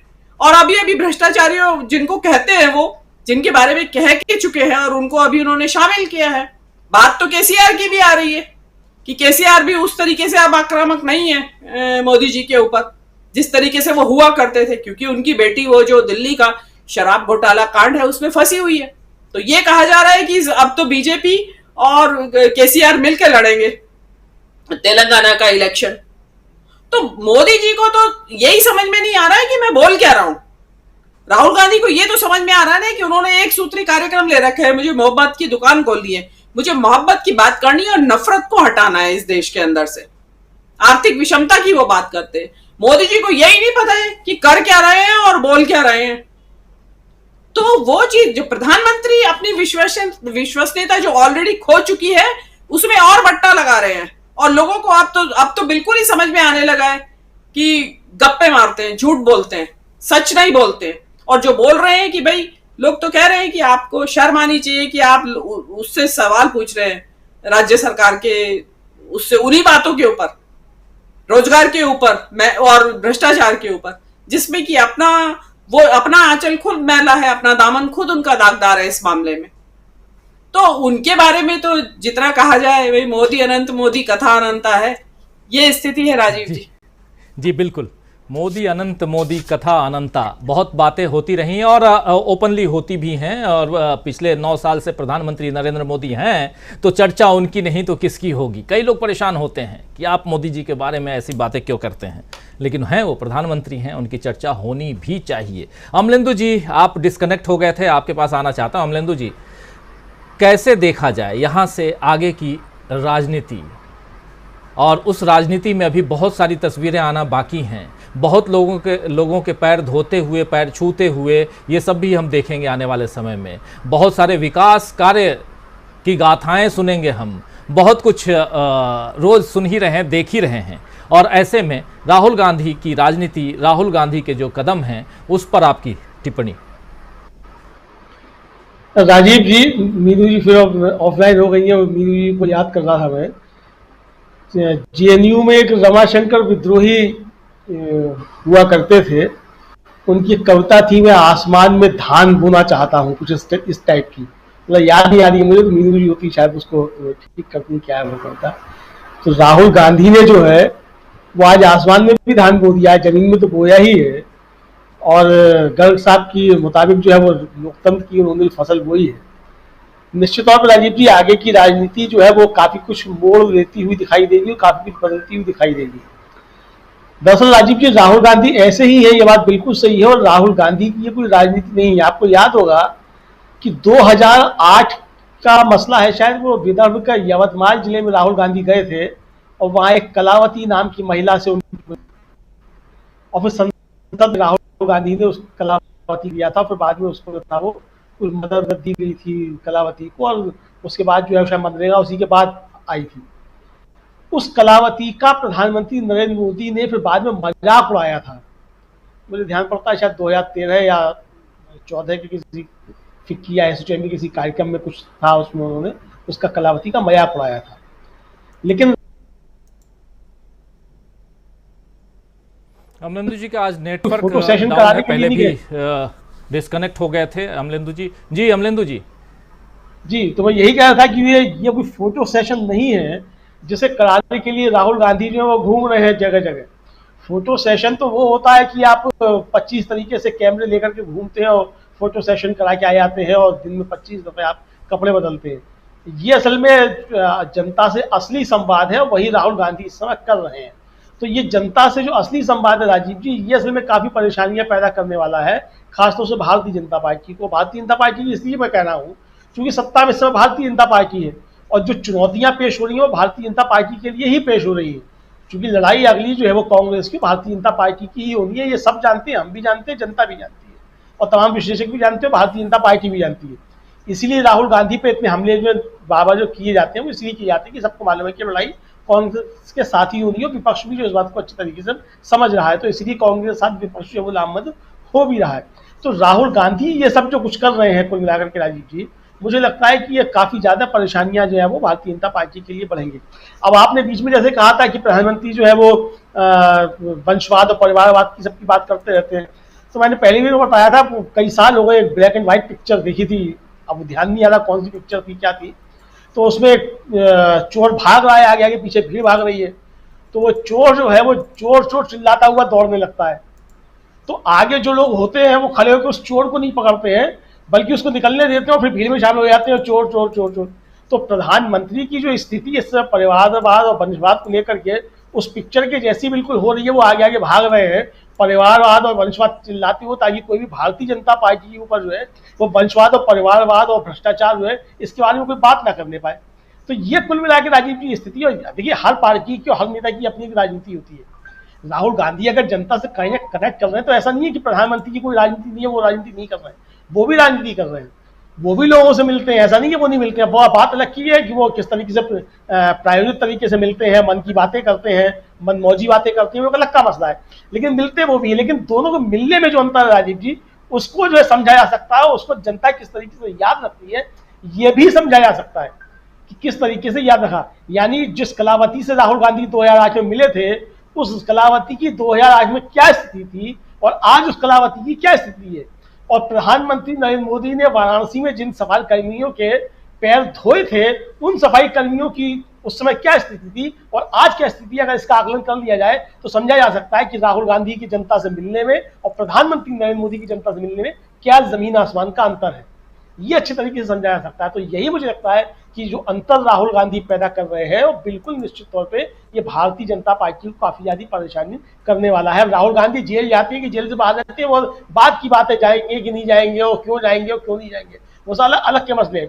भारतीय जनता पार्टी अभी क्या क्या दांव पे चलेगी वो भी अलग के मसले हैं, लेकिन राहुल गांधी की राजनीति जो है भारतीय जनता पार्टी को काफी ज्यादा परेशान कर रही है, और इसलिए राहुल गांधी के ऊपर इतने ज्यादा हमले जो है वो किए जा रहे हैं। अब मैंने अभी देखा कि अभी थोड़ी देर पहले जो है वो IT सेल के इंचार्ज है, उन्होंने कोई 30 सेकंड की क्लिप जो राहुल गांधी की वो धान रोपाई वाली जो है उसके बाद वो जारी कर दी कि साहब देखिए अब वो जो है वो फोटो सेशन हो गया, अब सबसे कहा जा रहा है हटो, जो सुरक्षा कर्मी है उनके साथ लगे हुए हैं, अगर वो अपने घेरे में लेकर के चल रहे हैं तो कहा जा रहा है कि हटो की राजनीति हो रही है। तो यही जो है सब तरीके मतलब भारतीय जनता पार्टी परेशान क्यों है? अगर राहुल गांधी के धान रोपने से भारतीय जनता पार्टी की फसल नहीं सूख रही है, भारतीय जनता पार्टी का कीचड़ जो है वो नहीं सूख रहा है, तो भारतीय जनता पार्टी को इतनी परेशानी क्यों हो रही है? राहुल गांधी कहीं भी धान रोपने दो, भारतीय जनता पार्टी का क्या बिगड़ता है? लेकिन चूंकि भारतीय जनता पार्टी को परेशानी हो रही है इस धान रोपने से, इसलिए भारतीय जनता पार्टी राजीव जी निश्चित तौर पर विचलित है और परेशान है। जी, विचलित और परेशान भारतीय जनता पार्टी क्यों है, इसकी चर्चा कर रहे थे अभी अमलेंदु उपाध्याय जी। आना चाहता हूं स्वामी जी आपके पास। स्वामी जी, कैसे यहाँ से लेकर के और राहुल गांधी की हम बात कर रहे हैं और प्रधानमंत्री नरेंद्र मोदी और महाराष्ट्र में जो कुछ हुआ उसके बाद देखिए घटनाक्रम कितनी तेज़ी से बदलता हुआ दिखाई दे रहा है। महाराष्ट्र का घटनाक्रम, पहले मणिपुर जाते हैं राहुल गांधी, मणिपुर से आते हैं महाराष्ट्र में कुछ जो है सरकार में और ख़ासकर एनसीपी में तोड़ फोड़ की बात आ जाती है सामने। एनसीपी की बात अभी चल ही रही होती है कि राहुल गांधी की सज़ा पर फैसला का दिन सामने आ जाता है और उसके बाद आज राहुल गांधी निकल पड़ते हैं और वो भी धान के खेत में। ये सब कुछ हम देख रहे हैं। साथ साथ प्रधानमंत्री नरेंद्र मोदी कल और आज 4 राज्यों में 7 और 8 तारीख को 4 राज्यों में 5 सभाएं करते हैं प्रधानमंत्री नरेंद्र मोदी। आज हालांकि एक और भी इवेंट है, वो है वेस्ट बंगाल में, पश्चिम बंगाल में पंचायत चुनाव समाप्त हो चुका है। लेकिन प्रधानमंत्री भाषण जहां जहां भी देते हैं भ्रष्टाचार को याद करते हैं, परिवारवाद को याद करते हैं। क्या लगता है, जरा ये समझना चाहता हूं, इस राजनीति को समझना चाहता हूं स्वामी जी, कि ये बात ऑलरेडी एक्सपोज्ड है। ये दोनों शब्द जो हैं एक्सपोज्ड हैं। बच्चे से भी पूछिए तो मेहुल चोकसी का नाम लेता है, ललित मोदी का नाम लेता है, ऐसे तमाम भगोड़ों का नाम लेता है और हिंदुस्तान में भी बैठे हुए ऐसे चोरों का नाम लेता है। लेकिन उसके बाद भी प्रधानमंत्री जो हैं वो वही रट लगाए हुए हैं और वो दावा करते हैं कि हमारे यहाँ सब कुछ सही है, हमारे राज्य में सब कुछ सही है, पिछले 9 साल में भारत जो है विकास में नंबर 1 है। ये कैसे संभव है? कैसे अगर एक आदमी जो है वो बार बार डंके की चोट पे कहता है कि यहाँ परिवारवादी पार्टियां हैं, यहाँ भ्रष्टाचारी लोग बैठे हुए हैं और वो उन्हीं के साथ, उन्हीं की पार्टी, उन्हीं की सरकार में एनसीपी के उन लोगों को तोड़ के लाते हैं जो भ्रष्टाचारी हैं, जिनके ऊपर खुले तौर पर भ्रष्टाचार का आरोप है, जो जेल जा चुके हैं। कैसे माना जाए? क्या इस देश की राजनीति, या इस राजनीति छोड़ दीजिए किनारे रख लें, यहां की जनता इतनी बेवकूफ है कि एक आदमी जो कहता है वो सुनने के लिए, मानने के लिए तैयार हैं? क्या 2 साल पहले निकल गए शाम को 7 बजे ताली और थाली बजाने के लिए, आज भी निकल जाएंगे? ऐसा लगता है आपको? देखिए राजीव जी, हम लोग मैनेजमेंट साइंस में ट्रेंड एनालिसिस करते हैं। ट्रेंड कैसी है और उसको एक्स्ट्रापोलेट करते हैं और जो एनवायरमेंटल फैक्टर्स है उसका प्रभाव देख के ट्रेंड को सोचते हैं कि आगे कैसा होगा। आप कुछ घटनाएं देखिए। शमन जी ने जैसे कहा, राहुल गांधी ने छत्तीसगढ़ को बहुत अच्छी तरह से हैंडल कर लिया, उन्होंने राजस्थान को बहुत अच्छी तरह से हैंडल कर लिया। देखिए, राहुल गांधी कोई चीज हैंडल नहीं करते, मोदी जी कोई चीज हैंडल नहीं करते। जो एनवायरमेंटल फैक्टर्स हैं, जो एनवायरनमेंट में परिवर्तन हो रहे हैं, उसकी वजह से आज से 8 महीने पहले लोग मोदी को और शाह साहब को चाणक्य कहते थे। वही लोग आज राहुल गांधी को चाणक्य इसलिए कह रहे हैं, आज के तारीख में कोई भी आदमी कांग्रेस छोड़ने को तैयार नहीं है, क्योंकि उन्होंने राहुल गांधी के अंदर एक रूपांतर देखा है।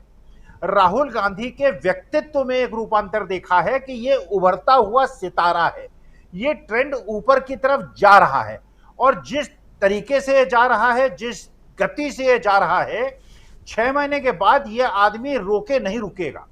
और दूसरी तरफ जो मोदी जी के साथ के लोग थे, जो 7 महीने पहले तक ये कहते थे कि मोदी जी का कोई विकल्प नहीं है और अमित शाह से बड़ा कोई चाणक्य नहीं है, आज के तारीख में बीजेपी लोग लगातार छोड़ रहे हैं।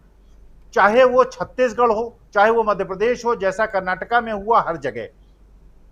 इसका कारण क्या है? अब सोचिए, वो नंद कुमार साय जो कि एकीकृत मध्य प्रदेश के अध्यक्ष थे और आदिवासियों के हिंदुस्तान के सबसे बड़े नेता हैं।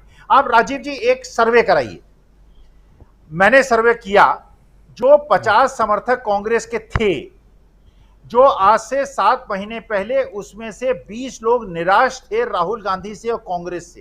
कांग्रेस ये मानने लगे थे कि मोदी जी का कोई विकल्प नहीं है। आज के तारीख में न केवल वो 20 लोग कांग्रेस की तरफ वापस आ गए हैं, उनका विश्वास राहुल गांधी की तरफ बढ़ा है, बल्कि जो 50 लोग बीजेपी के कट्टर समर्थक थे, उसमें से 20 लोग ऐसे हैं जो कि अब ये कह रहे हैं कि राहुल गांधी की जो छवि बनाई थी वो गलत थी।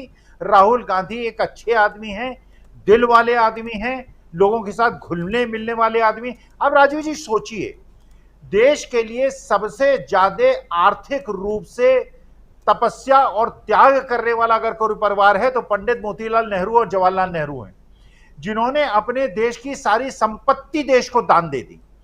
उस परिवार का लड़का अगर आज की तारीख में इस प्रकार से विचलित हुए बिना अगर कोई दूसरा धीर चीर समर्पित व्यक्ति ना होता, जैसे श्रवण जी ने कहा कोई संत व्यक्ति ही ऐसा कर सकता है, ऐसा ही व्यक्ति कर सकता है जो कि माया मोह से ऊपर उठ गया हो, जो कि योगी की श्रेणी में आ गया हो, जो कि इतनी बड़ी घटना होकर विचलित हुए बिना कि उसका राजनीतिक भविष्य क्या होगा, कहीं उसको जेल न जाना पड़े।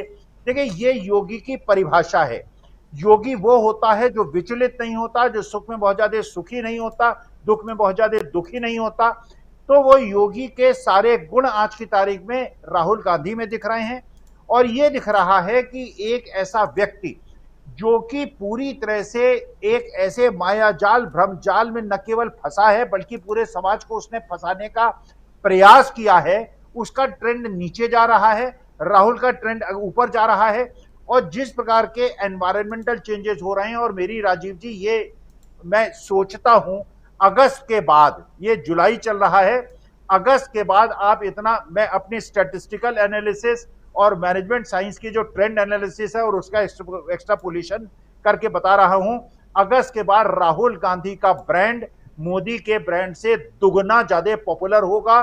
जनता मोदी के पीछे ऐसे भागेगी जैसे अभी बताया गया कि बीजू पटनायक जी के साथ हुआ करता था। और मोदी जी अब इसलिए विचलित हो गए हैं, उनके लोग उनको छोड़ रहे हैं। ऑटोक्रेटिक लीडरशिप में जो सबसे बड़ी समस्या होती है, जब लीडर वीक होता है उसके ही लोग उसको घेर के मार देते हैं। इससे वो विचलित है और परेशान है।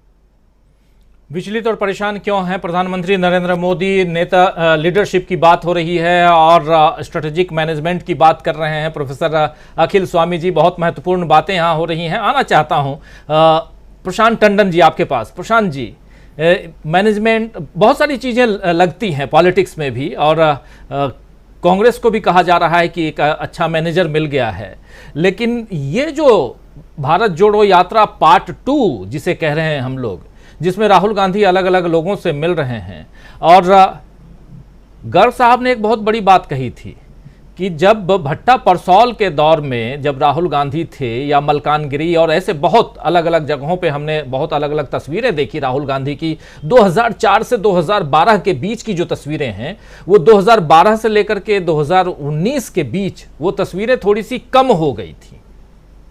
याद कीजिए, वो तस्वीरें कम हुई थी, और वो कम होने के पीछे राहुल गांधी कारण शायद नहीं हो, इसके पीछे कारण कुछ और भी हो सकता है, जिसका जिक्र बार बार हम लोग करते भी हैं। लेकिन अब जो तस्वीरें आ रही हैं, इन तस्वीरों में एक तो ये कहा जाता है कि सबसे पहले आपको मजबूती अंदर से मिलती है, यानी आपको आपके परिवार से मजबूती मिलती है। परिवार के 4 लोग अगर आपको उत्साहित करते हैं तो आप में उत्साह भरता है।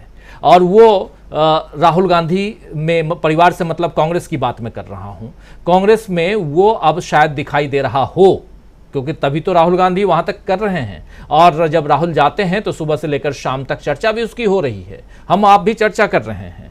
लेकिन यहां से, क्योंकि हम चर्चा राहुल की तारीफ करने नहीं बैठे हैं, हम यहां चर्चा इसलिए करने बैठे हैं, राहुल की चर्चा इसलिए कर रहे हैं क्योंकि इससे देश की तस्वीर दिखाई देती है। इससे आने वाले समय में 2024 में कैसी तस्वीर बनेगी वो दिखाई देती है। इससे वो दिखाई देता है कि किसी को वॉक ओवर नहीं मिल रहा है और एक पार्टी फाइट करती हुई दिखाई देती है।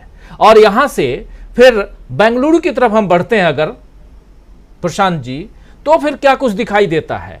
पटना की तस्वीर बेंगलुरु की तस्वीर से कितनी अलग बेंगलुरु की तस्वीर पटना की तस्वीर से कितनी अलग दिखाई देती है। और इस बीच हो सकता है कि हम आज जो तस्वीर देख रहे थे, जो विजुअल्स राहुल गांधी के सुबह से चल रहे हैं धान के खेत में, वो ऐसे विजुअल्स और भी देखे हो सकता है कल को, परसों को सुबह उठ करके आप हम तमाम साथी।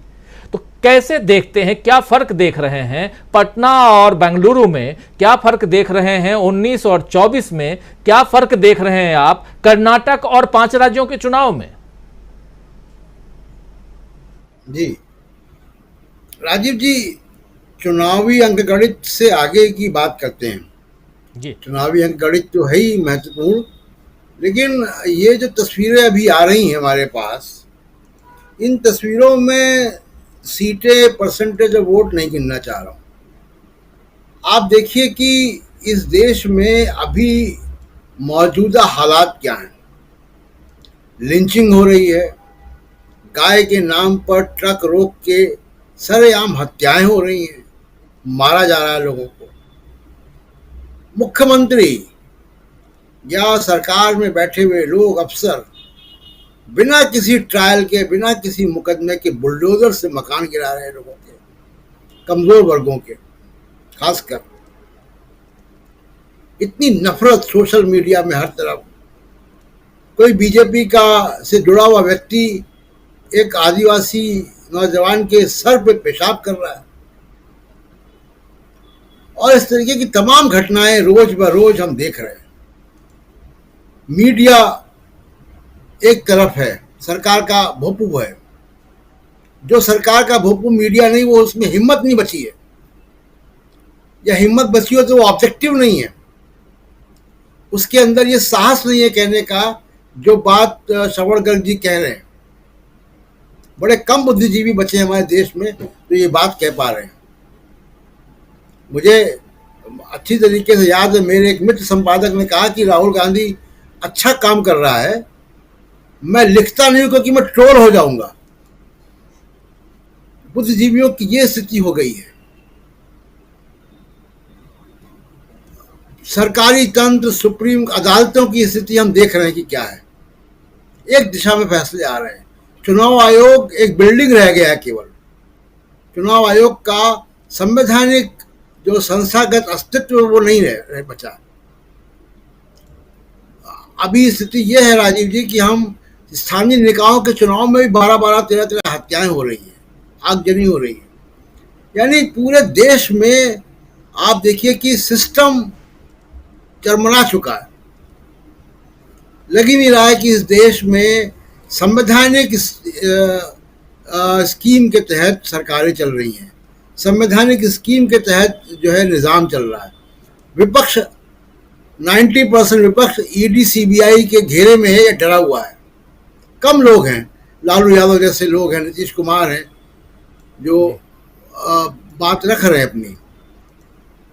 ऐसे माहौल में राहुल गांधी का लगातार आरएसएस के ऊपर वैचारिक हमला करना, लोगों से इस तरह से कनेक्ट करना, जाकर ट्रैक्टर चलाना, ये सब चीजें आप समझिए कि एक जिसको अंग्रेजी में कहते हैं कि सिल्वर लाइनिंग, ये एक उम्मीद की किरण दिखाई देती है कि हाँ अभी एक उम्मीद देश में बची हुई है।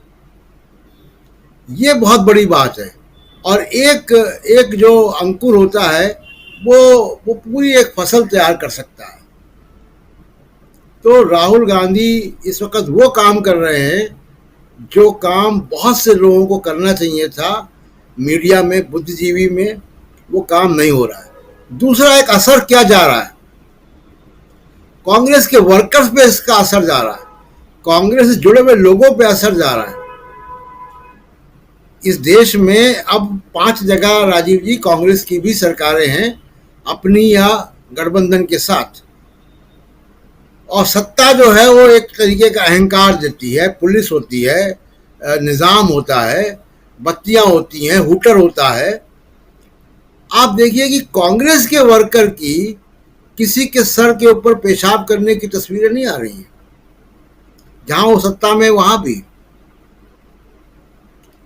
वो तस्वीरें नहीं आ रही कि कांग्रेस के वर्कर घुस गए और उन्होंने मारपीट कर डाली किसी के साथ, किसी के ट्रक को रोक के उसकी हत्या कर डाली। ये असर जो ट्रिकल डाउन है वो बहुत जबरदस्त हो रहा है। तो एक नया विचार जो है इस देश में फल फूल रहा है। ये बड़ी उम्मीद की किरण है और यही इस देश को बचाएगा।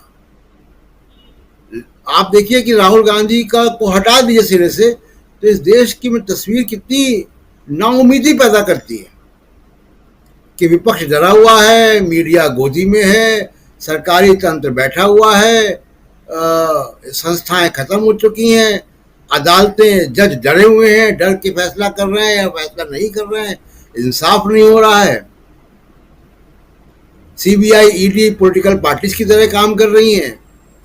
पुलिस जो है वो एक बाउंसर्स की तरह काम कर रही है दलित और मुसलमानों के खिलाफ।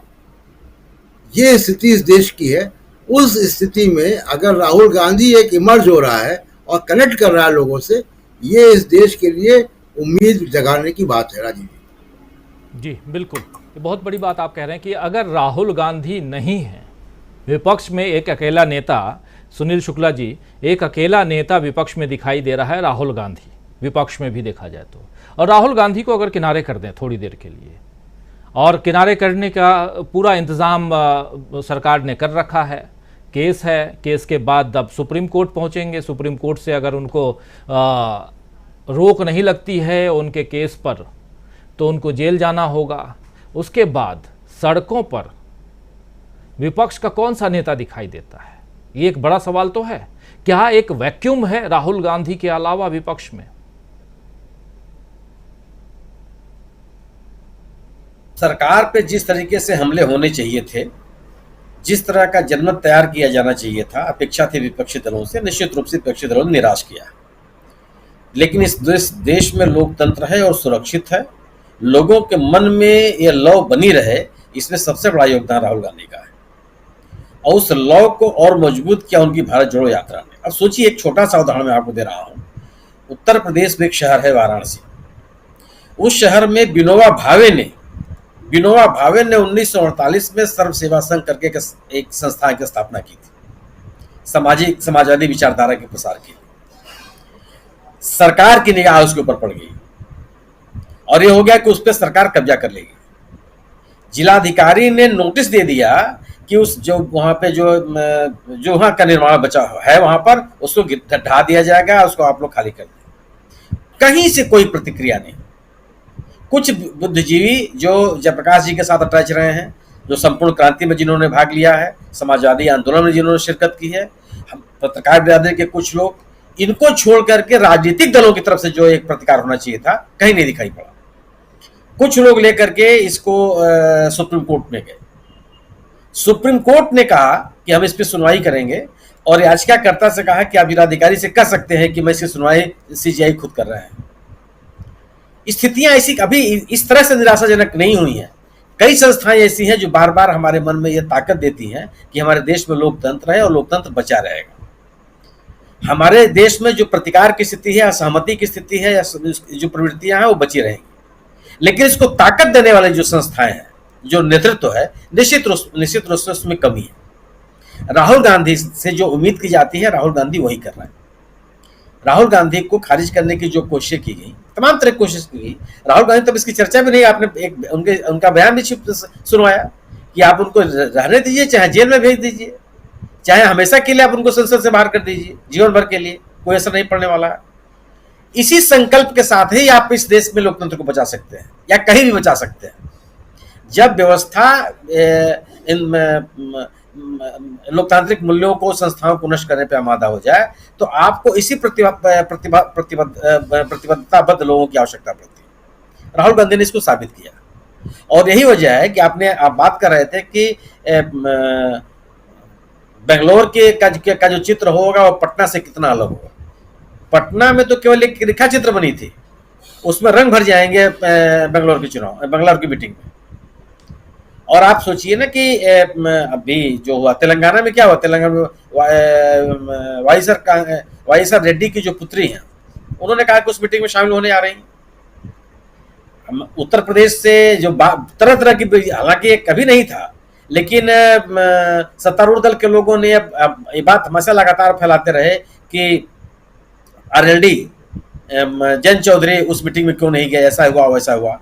जबकि जयंत चौधरी आरएलडी की एग्जीक्यूटिव ने प्रस्ताव पास करके नीतीश कुमार जी के पास भेजा था, और व्यक्तिगत पत्र भी लिखा था जयंत चौधरी ने, लेकिन चूंकि मीटिंग में उपस्थिति थी तो तमाम तरह की बात कही जा रही थी। उस जयंत चौधरी ने कहा कि वो उस बैठक में शामिल होने जा रहे हैं। उस बैठक में शामिल किसी नेता ने अब तक ये नहीं कहा कि हम उस बैठक में नहीं शामिल होंगे या किसी तरह का मतभेद है। पंचायत चुनाव के दौरान टीएमसी नेताओं के आप बयान सुन लीजिए। त्रिकोणीय चुनाव हुआ है, वहां टीएमसी अलग थी, वामपंथी दल कांग्रेस अलग थे, और बीजेपी अलग थी।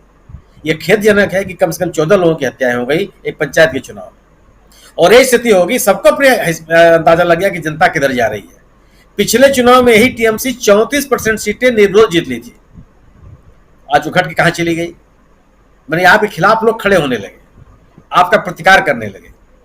इस बात सबके समझ में आ रही है कि विपक्ष को एकजुट होना होगा, और उस एकजुटता की धुरी राहुल गांधी ने ही लोगों को विश्वास दिलाया है कि यह सहमति और प्रतिकार की ताकत तो बने रहेंगे और हमेशा बने रहेंगे।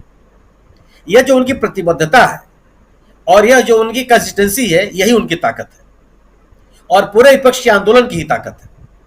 उन्होंने कभी अपने मुद्दे नहीं बदले, कभी उन्होंने अपनी बात नहीं बदली, अपने अभियान को कभी उन्होंने शिथिल नहीं किया, आक्रामकता को उन्होंने कम नहीं होने दिया, और लोगों के साथ जोड़ने की जो उनकी प्रवृत्ति बन गई है उसको कम नहीं होने दिया। किसी दिन कोई ऐसा दिन नहीं होता, अगर दिल्ली में ही है तो करोल बाग में जाकर किसी स्कूटर मैकेनिक के पास बैठ गए, उससे बात कर रहे हैं।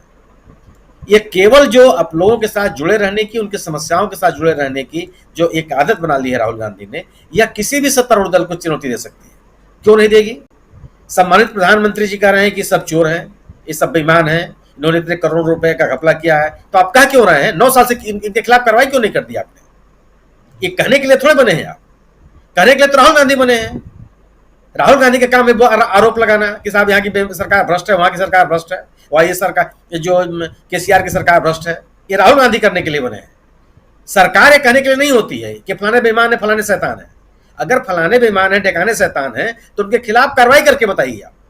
और अगर आप कार्रवाई नहीं किए रहते हैं तो केवल और केवल एक राजनीतिक प्रोपेगेंडा बनाने की कोशिश करते हैं और कार्रवाई ही नहीं करते।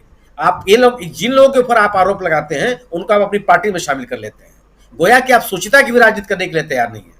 बेईमानों को, चोरों को आप राजनीति से अलग करने के लिए भी तैयार नहीं है। एक प्रोपेगेंडा बनाने की कोशिश कर रहे हैं जिसके आधार पर अपनी विफलताओं को आप छिपा सकें। और राहुल गांधी जैसा नेता उन विफलताओं को हमेशा हरा किए रखेगा। चिंता सत्तारूढ़ दल की सबसे बड़ी चिंता यही है, और विपक्ष की और उन लोगों की सबसे बड़ी ताकत भी यही है कि कम से कम लोगों के मुद्दे जीवित हैं। यह राहुल गांधी की जो राजनीति करने का अपना एक तरीका है। जी जी जी बिल्कुल, राहुल गांधी की राजनीति करने का तरीका। राहुल गांधी की बात हम कर रहे हैं और श्रवण गर्ग साहब के एक ट्वीट का जिक्र भी अभी थोड़ी देर पहले सुनील शुक्ला जी ने किया था। उस ट्वीट को सामने लाना चाहता हूं, गर्ग साहब के पास सीधे आता हूं। क्लोजिंग कमेंट भी आपका और चर्चा संविधान से, देश के लोकतंत्र से। जरा ये ट्वीट जब फुल स्क्रीन ले आइए, इस ट्वीट को फुल स्क्रीन अगर ला पाएँ तो फुल स्क्रीन लाइए इसको जरा, क्योंकि पूरा ठीक से दिखे। और बहुत महत्वपूर्ण बातें यहाँ लिखी हुई हैं, गर्ग साहब ने जो लिखी है उसमें जो थोड़ा नीचे करो, हाँ नीचे लाओ, क्योंकि राइट साइड में वो दिखाई शब्द नहीं दिख रहा है। लोकतंत्र की जो फसल काट कर बर्बाद कर दी गई है, ये आदमी उसी लोकतंत्र के पौधे फिर से रोप रहा है। और ये आदमी कौन है? तो ये आदमी राहुल गांधी हैं। श्रवण गर्ग साहब का ये ट्वीट इसी का जिक्र कर रहे थे हमारे साथी सुनील शुक्ला जी थोड़ी देर पहले, और बहुत महत्वपूर्ण ट्वीट है ये। और यहाँ से हम ज़रा आगे की राहुल गांधी की तस्वीर तो बता ही रहे थे, लेकिन आगे की राजनीति आपसे समझना चाहता हूं। जो सवाल लेकर के आया था मैं सुनील शुक्ला जी के पास, उसी सवाल के साथ आपके पास भी आना चाहता हूं कि क्या एक वैक्यूम है? अगर राहुल गांधी नहीं तो विपक्ष में कौन? और ये कौन इसलिए भी पूछ रहा हूं क्योंकि राहुल गांधी को 2 साल की सजा हुई है। अब राहुल गांधी के पास सिर्फ और सिर्फ सुप्रीम कोर्ट है। सुप्रीम कोर्ट से उनको अगर राहत नहीं मिलती है तो क्या हम वो वैक्यूम दिखाई हमको देता है, या कुछ और देखते हैं हम? किस रूप में देखा जाए गर्ग साहब?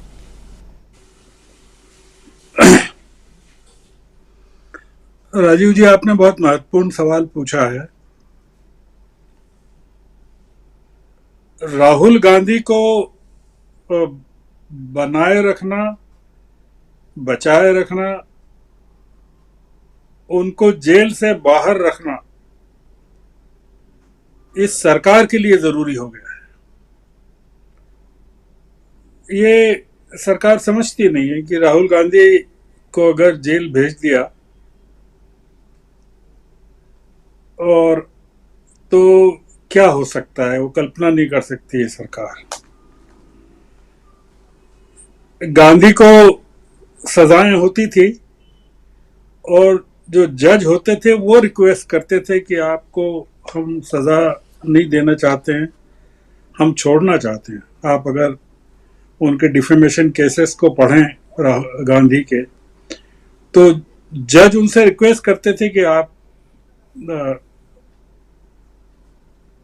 एपोलॉजी कर दीजिए, कुछ कर दीजिए, तो वो गांधी मना करते थे। और गांधी को कई बार पहले छोड़ा गया, मतलब सजा पूरी नहीं होने दी गई। उनके लिखे पर एक डिफेमेशन केस हुआ, उसमें जल्दी छोड़ा गया उनको, क्योंकि अंग्रेज समझते थे कि गांधी का बाहर होना क्यों जरूरी है, मतलब, और अंदर अगर है जेल के तो वो कितना अंग्रेजों के लिए नुकसानदेह, मतलब गांधी को जेल में रखकर वो अपनी भारत पर अपनी गुलामी नहीं बढ़ा सकते थे। इस सरकार को समझ में आना चाहिए राजीव जी,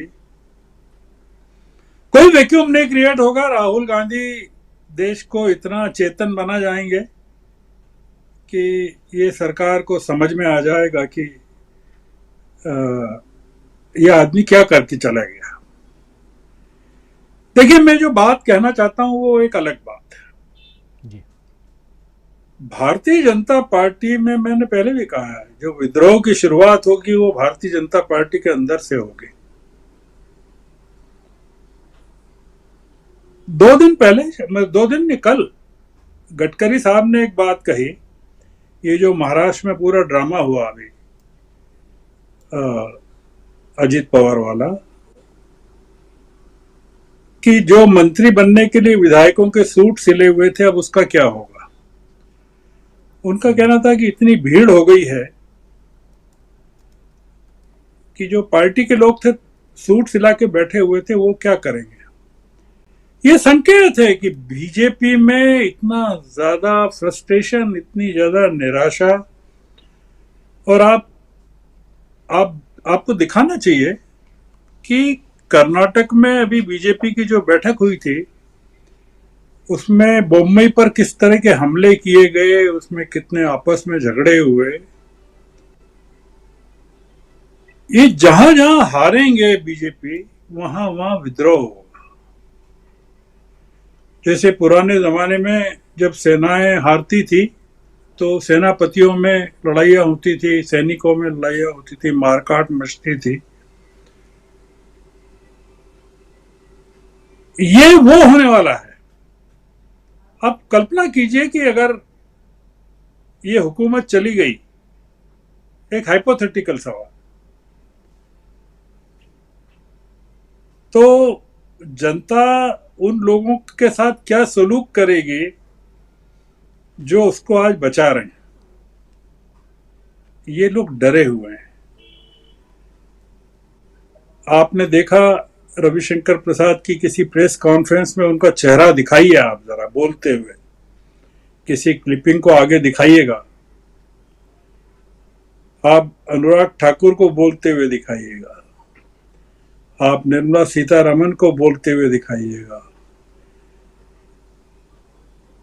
ये लोग गुस्से से भरे हुए हैं। इनका गुस्सा एक आदमी के खिलाफ है केवल। सीतारमण का गुस्सा राहुल गांधी के खिलाफ है।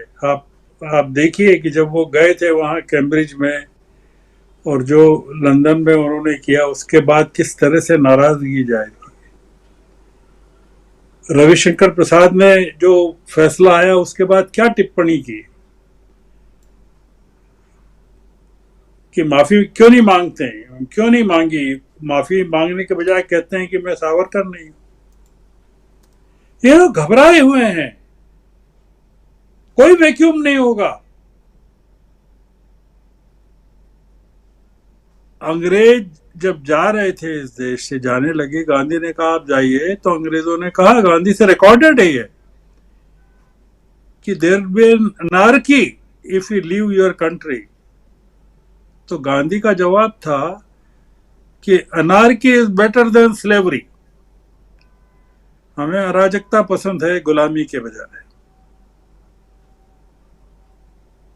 आप क्या समझते हैं कि जिन लोगों को ये अनाज दे रहे हैं 5 किलो या 15 किलो जो भी है, वो लोग बचाएंगे इनको? नहीं। क्या उनको डर है कि ये चले गए तो भूखे मर जाएंगे ये लोग? नहीं, उनको डर नहीं। ये पूरा राहुल गांधी ने एक नैरेटिव को बदल दिया, और राहुल गांधी ने नैरेटिव को नहीं बदला। आप दूसरी चीज सोचिए कि कांग्रेस को बदल दिया। अब ये जो वैक्यूम जो है ना, वो नहीं है। आप देख रहे कांग्रेस में जो लीडरशिप अब आएगी या निकलेगी, जो लीड करेगी अंदर से, वो कहेगी राहुल गांधी की जरूरत नहीं है अब हमको। राहुल गांधी ने कर दिया, बहुत हम लोगों के लिए काम कर दिया है, अब हम करेंगे।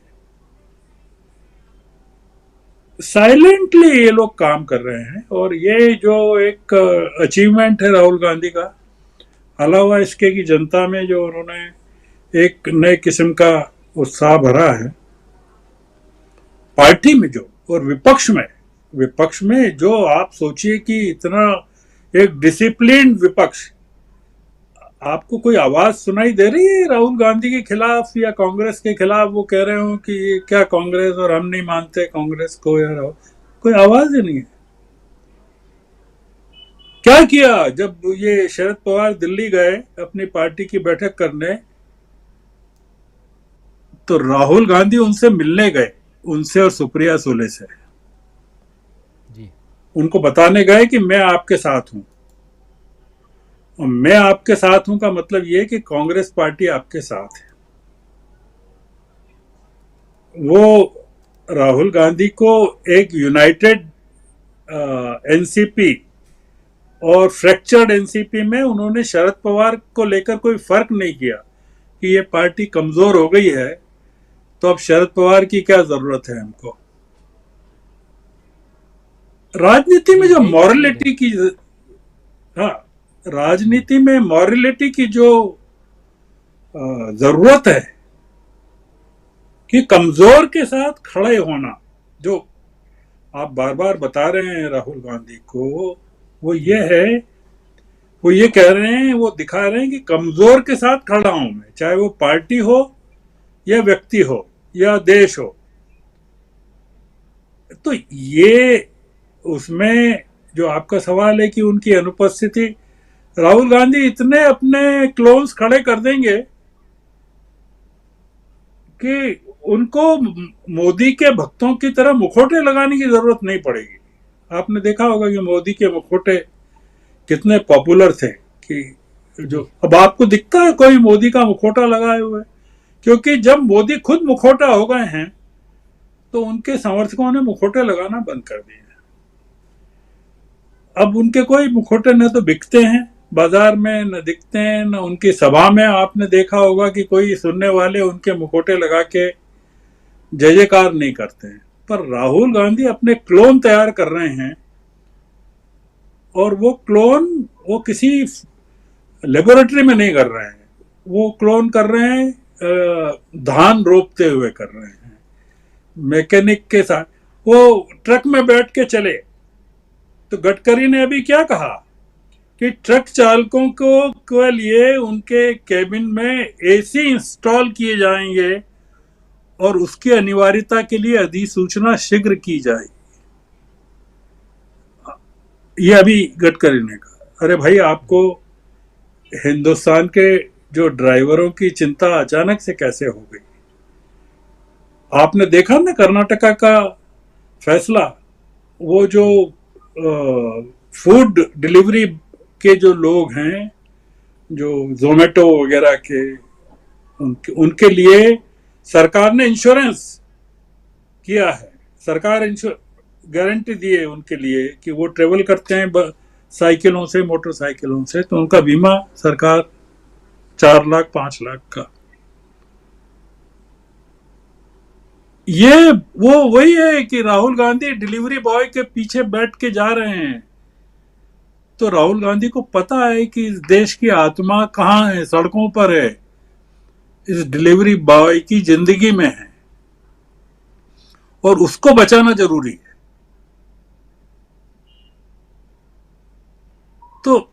ये जो राजनीति के सोच में राहुल गांधी ने फर्क ला दिया है, वो बड़ी चीज है, वो परमानेंट है। राहुल गांधी, देखिए आप ये विजुअल आप दिखा रहे हैं, और आप कर्नाटक का फैसला अभी जो कल आया वो देख लीजिए जी।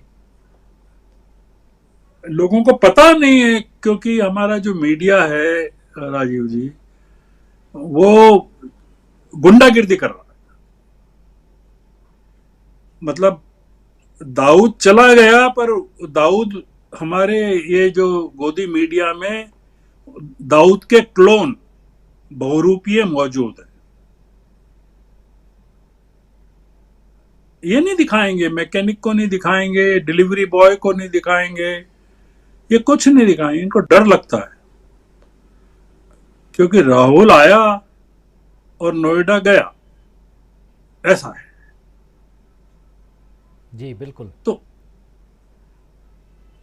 इसलिए ये जो आप कह रहे हैं, आपकी चीज मैं कह रहा हूं कि राहुल की अनुपस्थिति, राहुल खड़े कर जाएंगे कि वो काम वही कर रहे हैं। राहुल गांधी क्या काम कर रहे हैं, वो यही काम कर रहे हैं। गांधी जब जेल जाते थे तब देश में आंदोलन बंद नहीं होता था, कभी बंद नहीं हो। अगर राहुल गांधी के जेल जाने से, या नेहरू के जाने से, या मोतीलाल नेहरू के जाने से, जेल जाने से आंदोलन, या सरदार वल्लभ भाई पटेल के जेल जाने से बंद होता, तो देश को आजादी नहीं मिलती। इन लोगों ने देश में ऐसी चेतना इकट्ठी कर दी थी। राहुल गांधी वही काम कर रहे हैं। ये जनता के बीच में पार्टी को ले गए हैं। अब इनकी पार्टी जनता हो गई है। मतलब कांग्रेस जो एक संगठन था, वो एक नागरिकों के समूह में बदल गया है। तो सरकार जो अब डर रही है, वो राहुल गांधी से नहीं डर रही है। राहुल गांधी के जो प्रतिरूप खड़े हो रहे हैं सड़कों पर, तो आप कितने लोगों को जेल में डालोगे, ये दिक्कत हो जाएगी। आप एक राहुल को डाल दो।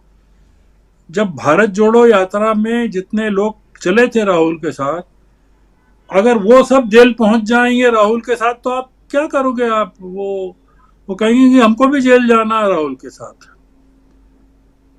आप कैसे जेलों के फाटक पर क्या करोगे? आप कैसे रोकोगे इनको? ये जो चल रहा है ना राजीव जी, ये कुछ अलग चल रहा है। इसको आप राजनीति से मत जोड़िए। ये मैंने कहा ना आपको, ये आदमी भट्टा परसोल अभी मतलब 2000 कब की बात, मैंने 11 साल पहले की बात बताई आपको।